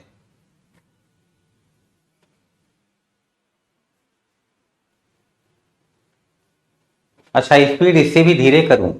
ठीक है, ठीक है। आप लोग अपनी स्पीड लगता है बढ़ा नहीं रहे। देखो बच्चों, आप लोगों को एक और राज की बात मैं बताता हूं। टीचर्स के पास जो टाइम होता है अपना कोर्स पढ़ाने का, उसका एक नियत समय होता है, मतलब फिक्स होता है वो टाइम। हर इंस्टीट्यूट के साथ यही होता है। कोई भी इंस्टीट्यूट हो बता देगा कि इतने घंटे में आप यह विषय पढ़ाइए। अच्छा, इंस्टीट्यूट का भी कोई दोष नहीं है। इंस्टीट्यूट का यह होता है कि इतने समय में कोर्स को कंप्लीट कराना है, फिर नई बैच स्टार्ट करनी है। कैरियर विल के साथ तो यह है कि कैरियर विल ने कभी आर्ट्स का बाउंडेशन टीचर्स पर नहीं रखा। यही कारण है कि आप लोगों के जो शिक्षक हैं वो कई अदर इंस्टीट्यूट्स में पढ़ाते हैं, जो बहुत ही प्रतिष्ठित इंस्टीट्यूट्स हैं, उसमें कैरियर विल भी है, इस पर भी पढ़ाते हैं। लेकिन और स्थानों पर जब वो पढ़ाते हैं तो वो कम घंटे में पढ़ाते हैं। जैसे अदर इंस्टीट्यूट्स में वो 200 घंटे में सब्जेक्ट पढ़ा रहे होंगे, तो आपके यहां 220 घंटे में पढ़ाएंगे। ये आप लोगों के लिए बड़े लाभ का विषय, मतलब आप लोग किस्मत वाले। संस्था प्रेशर नहीं डालती, तो इसका लाभ आप लोगों को मिलता है, टीचर पर भी प्रेशर नहीं होता कि चलो अगर 10-20 घंटे और बोलना पड़ा तो कोई बात नहीं। लेकिन फिर भी अगर आप लोग बहुत स्लो लिखते, आप लोग टॉपिक से हटकर बहुत सारे कमेंट करते, तो टीचर का समय तो गया। तो आप ये मत समझो कि टीचर का समय गया, आपका समय गया। टीचर का लॉस हो ना हो पर आपका लॉस हो जाएगा। इसलिए टीचर से ज्यादा लाभ लेना चाहते हो तो जो समय टीचर ने सोच रखा है, जो समय उसके हिसाब से ठीक है कि हाँ इतने समय में हमें सब्जेक्ट को पढ़ा देना है, पाठ्यक्रम को पढ़ा देना है, उतने समय में आप टीचर से ज्यादा ले लो। ये आप लोगों के ऊपर भी डिपेंड करता है। अब मैं तो आप लोग जैसे कहेंगे वैसे करूंगा, क्योंकि मैं बार बार यही कहता हूं कि आप नहीं लिख पाए, आप नहीं समझा पाए, तो मेरा यहां पढ़ाने का मतलब क्या है। नो डाउट कि मैं प्रोफेशनल टीचर हूं, नो डाउट कि पढ़ाता हूं, उसके पैसे लेता हूं, लेकिन टीचिंग लाइफ ऐसी है बेटा, यह लाइन ऐसी है कि इसमें पूरी तरीके से आप प्रोफेशनल नहीं हो सकते। अगर आप प्रोफेशनल हो गए तो बच्चों से जुड़ ही नहीं पाओगे, बच्चों से नहीं जुड़ोगे उनकी समस्याएं नहीं समझ पाओगे, उनकी समस्याएं नहीं समझोगे तो अपने विषय को कैसे अच्छे से बच्चों को समझा पाओगे। फिर बच्चा कैसे अच्छा प्रदर्शन करेगा। बच्चा नहीं प्रदर्शन कर पाया तो आपके ऊपर भी आंच आएगी कि आपने क्या पढ़ा दिया, फिर तो आपको भी नुकसान हुआ। इसलिए बच्चों से जुड़ना पड़ता है। बच्चों यहां तो अगर 3-4 दिन के लिए कोई कहीं जाना हो और एक बस में कुछ लोग सफर कर रहे हो, अगर वो 3-4 दिन तक साथ हैं तो देखो वो भी एक परिवार की तरह काम करने, एक टीम की तरह काम करने लगते हैं, एक दूसरे से परिचय बढ़ जाता है। अगर 3-4 दिन का सफर है तो हम लोग तो 1.5 साल ऐसे ही 1.5 वर्ष साथ में रहते हैं, फिर सिलेक्शन तक बच्चे टीचर के साथ जुड़े रहते हैं। तो टीचर और स्टूडेंट का जुड़ाव बहुत महत्वपूर्ण है। थोड़ी सी स्पीड आप लोग बढ़ाइए, ज्यादा लेक्चर देने की बात नहीं है यहां पर मैं जानता हूं आप लोग मेहनती लोग हैं, पर थोड़ा स्पीड बढ़ाएंगे तो अच्छा रहेगा, वरना मैं तो स्लो कर ही दूंगा। जनमत संग्रह का मतलब बेटा वोटिंग कराई गई। जैसे आज की डेट में सरकार के लिए वोटिंग होती, किसकी सरकार बनेगी, तो जनमत संग्रह ये कराना था। जैसे मान के चलो 1000 लोग हैं जूनागढ़ में, तो वोटिंग कराई गई कि बताओ पाकिस्तान के साथ जाओगे या भारत के साथ। तो ही विकल्प था। आज की डेट में कई नेता नहीं थे कि कमल का बटन दबाओगे, पंजा वाला, झाड़ू वाला, नहीं, ऐसा नहीं। भारत वाला बटन दबा दो या पाकिस्तान वाला मतलब बात को समझो। तो ज्यादा लोगों ने बटन दबाया भारत वाला। अब ईवीएम मशीन नहीं थी, नहीं पाकिस्तान भी कह देता कि चाहे जो बटन दबी, लेकिन गया भारत वाले पे ही। ऐसा तो हो नहीं पाया। तो ज्यादातर लोगों ने, यहाँ की जनता ने यही मतलब इस पक्ष में वोट किया कि हमें भारत के साथ रहना है। नहीं सर, आज आप तेज ही बोल रहे हैं। अब विकास भी कह रहे हैं, मतलब ठीक है मैं समझ गया, मैं ही तेज बोल रहा हूं। तो चलिए, वैसे तो मैं आप में से कोई एक भी कह देता है तो मैं तो अपनी स्पीड कम कर देता हूं, तो आप दो ने कह दिया तो और कम कर देता हूं चलिए लिखिए।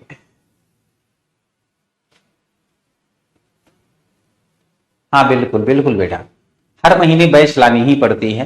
हर महीने अगर कोई भी कोचिंग बैच नहीं लाएगी तो कोचिंग का खर्च ही लाखों में होता है। टीचर की सैलरी, उसके बाद अलग जो कुछ चार्ज होता है, स्टाफ की पेमेंट, तो बैच तो आती ही आती है, वरना कोचिंग ही नहीं होगी। और कोचिंग नहीं होगी तो फिर आप लोग कहां से पढ़ेंगे। तो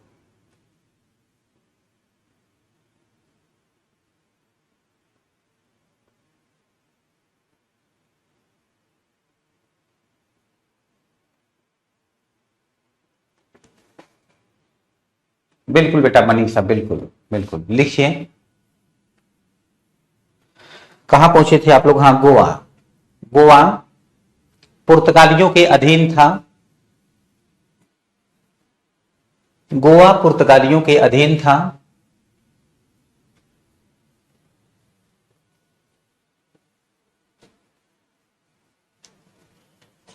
पुर्तगाली गोवा को स्वतंत्र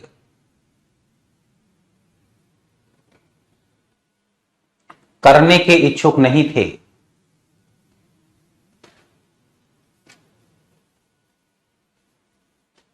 पुर्तगाली गोवा को स्वतंत्र करने के इच्छुक नहीं थे। ब्रिटेन एवं अमेरिका भी पुर्तगालियों को प्रोत्साहित कर रहे थे कि वह, ब्रिटेन और अमेरिका भी पुर्तगालियों को प्रोत्साहित कर रहे थे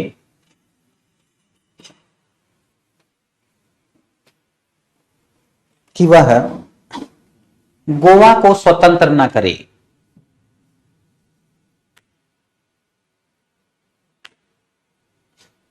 वह गोवा को स्वतंत्र न करे।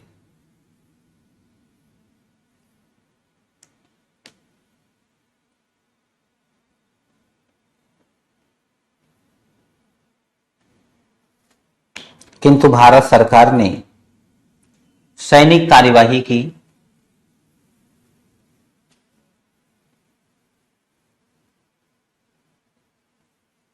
और 1961 ईस्वी में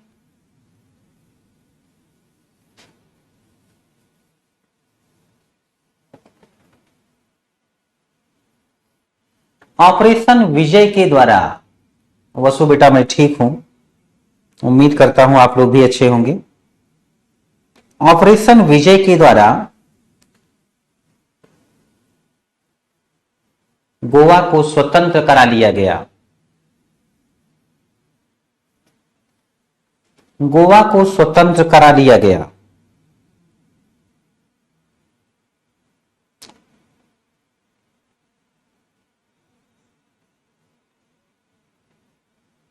फिर लिखिएगा,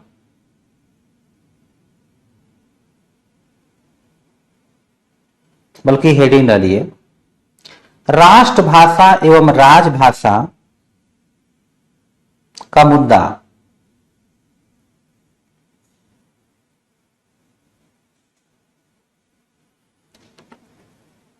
राष्ट्रभाषा एवं राजभाषा का मुद्दा।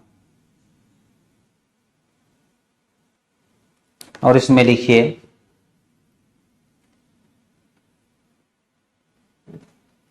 राष्ट्रभाषा का मुद्दा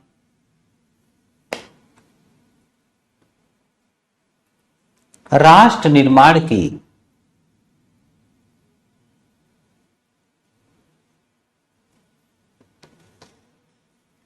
प्रक्रिया से जुड़ा हुआ था।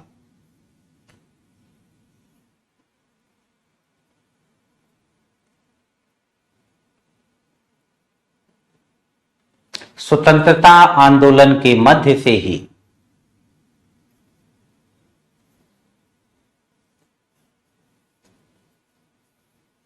स्वतंत्रता आंदोलन के मध्य से ही भारतीय राष्ट्र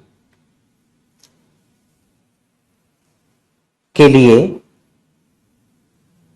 अभिव्यक्ति की एक भाषा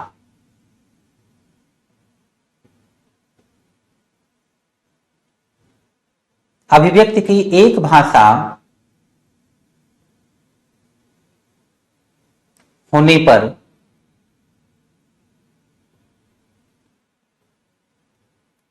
विचार होने लगा था। विचार होने लगा था।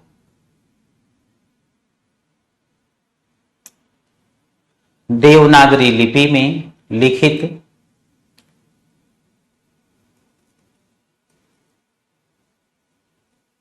हिंदी भाषा को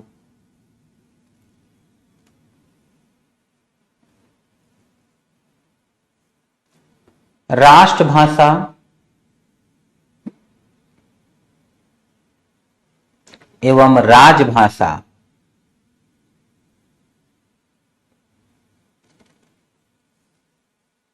के रूप में स्वीकृति दिलाने का कार्य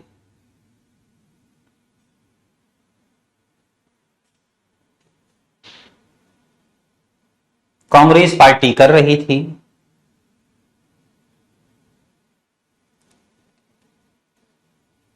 जिसका समर्थन कांग्रेस पार्टी कर रही थी, जिसका समर्थन कई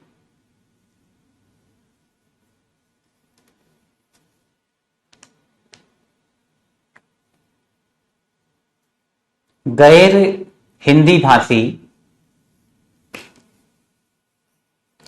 प्रांतों के नेता भी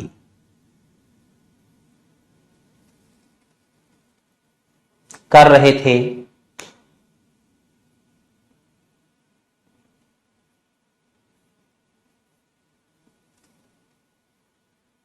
किंतु दक्षिण भारत के कुछ नेताओं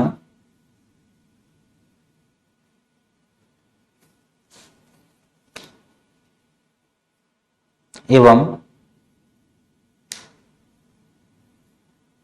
कुछ अन्य क्षेत्रीय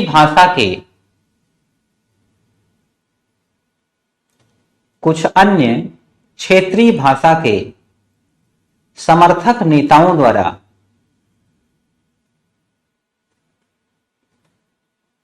इसका विरोध किया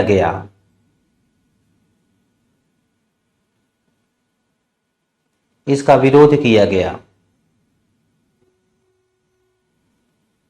अंत में एक समझौता सूत्र लाया गया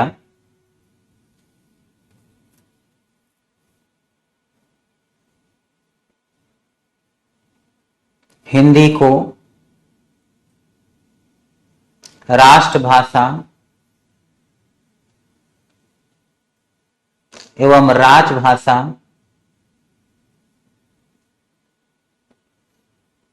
के रूप में स्वीकार किया गया।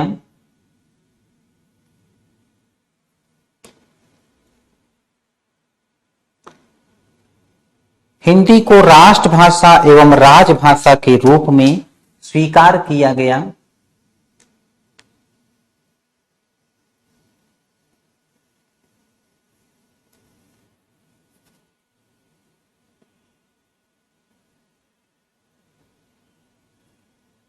साथ ही अंग्रेजी को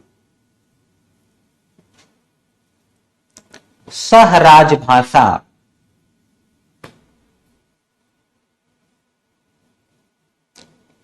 के रूप में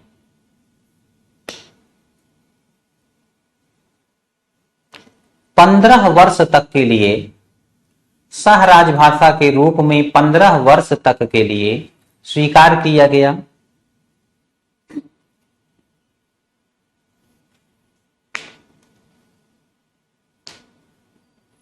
फिर लिखिए, किंतु 1963 ईस्वी में इसे अनिश्चित काल तक के लिए, किंतु 1963 ईस्वी में इसे अनिश्चित काल तक के लिए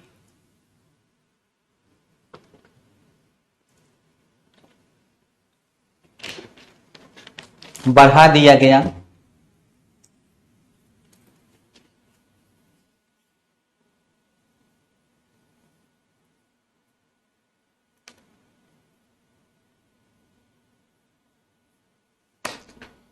साथ ही अन्य क्षेत्रीय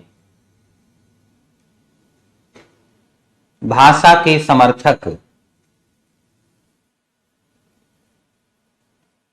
लोगों को संतुष्ट करने के लिए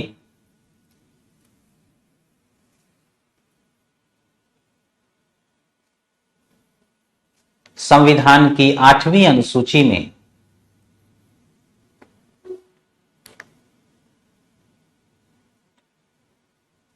कई भाषाओं को या कई क्षेत्रीय भाषाओं को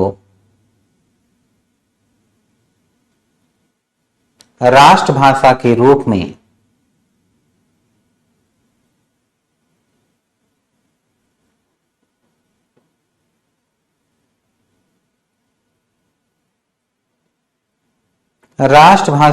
रूप में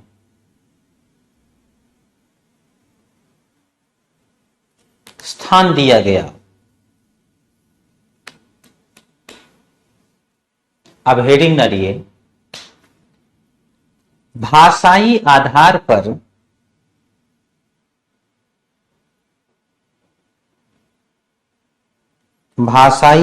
पर प्रांतों का पुनर्गठन।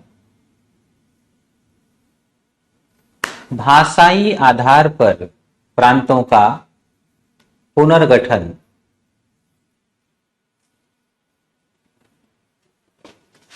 इतना लिख करके रुकिए, और यहां तक कोई कंफ्यूजन हो तो बताइए।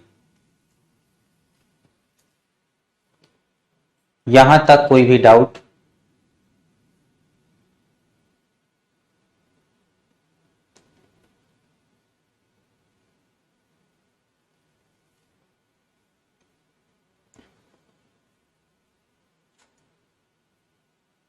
आठवीं अनुसूची में कई क्षेत्रीय भाषाओं को राष्ट्रभाषा के रूप में स्थान दिया गया।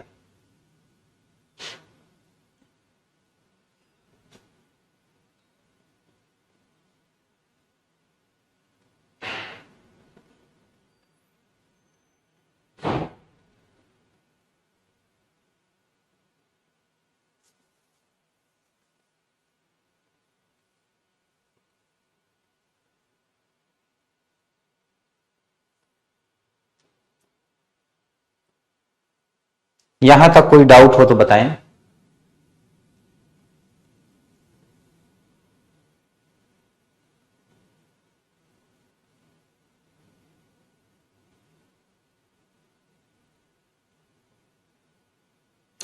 बेटा ममता, आपका कमेंट या मैं इसे बोलूं आपका प्रश्न क्लियर नहीं हुआ,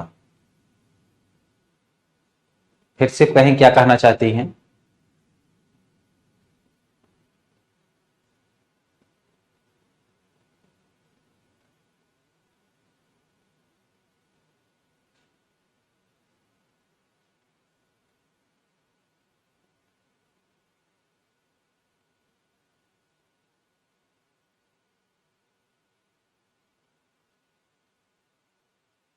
न्यू पॉइंट था भाषाई आधार पर प्रांतों का पुनर्गठन।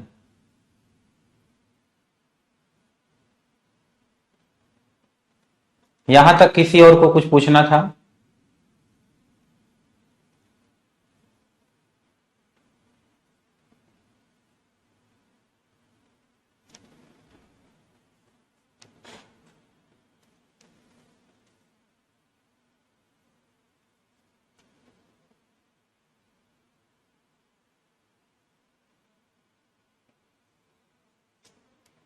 ममता बेटा, लगता है आप सेंटेंस सही से नहीं लिख पाए। स्वराज भाषा का मतलब, मैंने राष्ट्रभाषा बोला है, और राजभाषा, राष्ट्रभाषा मतलब राष्ट्र की भाषा, राजभाषा मतलब जो राजकाज में यूज हो, जो लिखा जाए ऑफिस वगैरह में जिस भाषा में।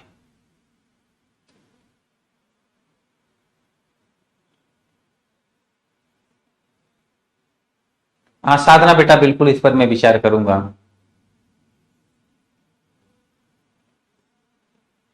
हाँ राष्ट्रभाषा, मैंने राष्ट्रभाषा बोला कि राष्ट्रभाषा के रूप में स्थान दिया गया।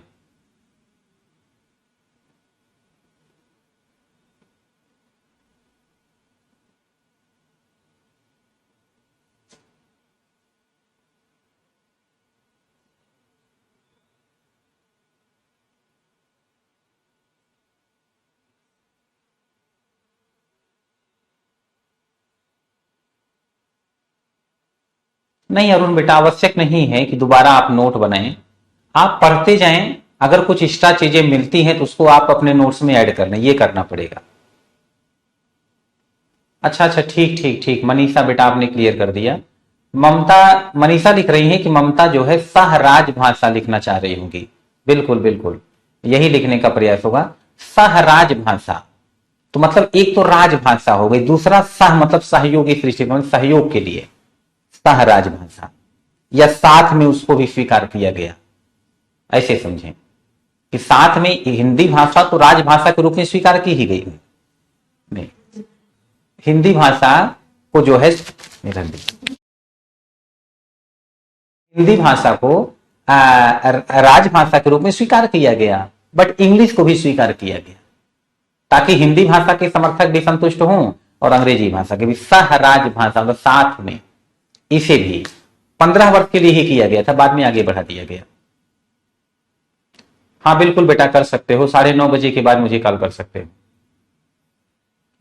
हाँ अपना भी नोट्स होना चाहिए बुक्स पढ़ने के बाद, शॉर्ट नोट्स, बिल्कुल।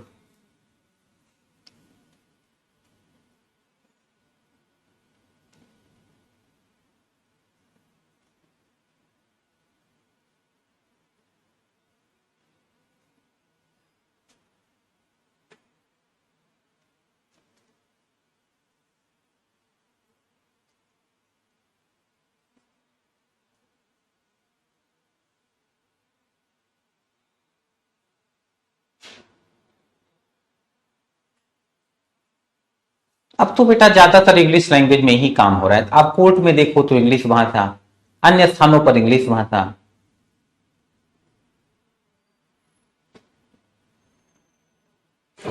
बेटा इसलिए नहीं कह सकते ना, कि इसलिए नहीं कहते कि पूरे राष्ट्र में एक भाषा बोली ही नहीं जा रही। और फिर मैंने कहा राष्ट्रभाषा के रूप में सिर्फ एक भाषा नहीं, कई भाषाएं। जब कई भाषा को आपने मान्यता दी, एक भाषा होनी चाहिए थी, तो कोई एक भाषा संपूर्ण भारत की राष्ट्रभाषा नहीं है, इसलिए ऐसा कहा जाता है।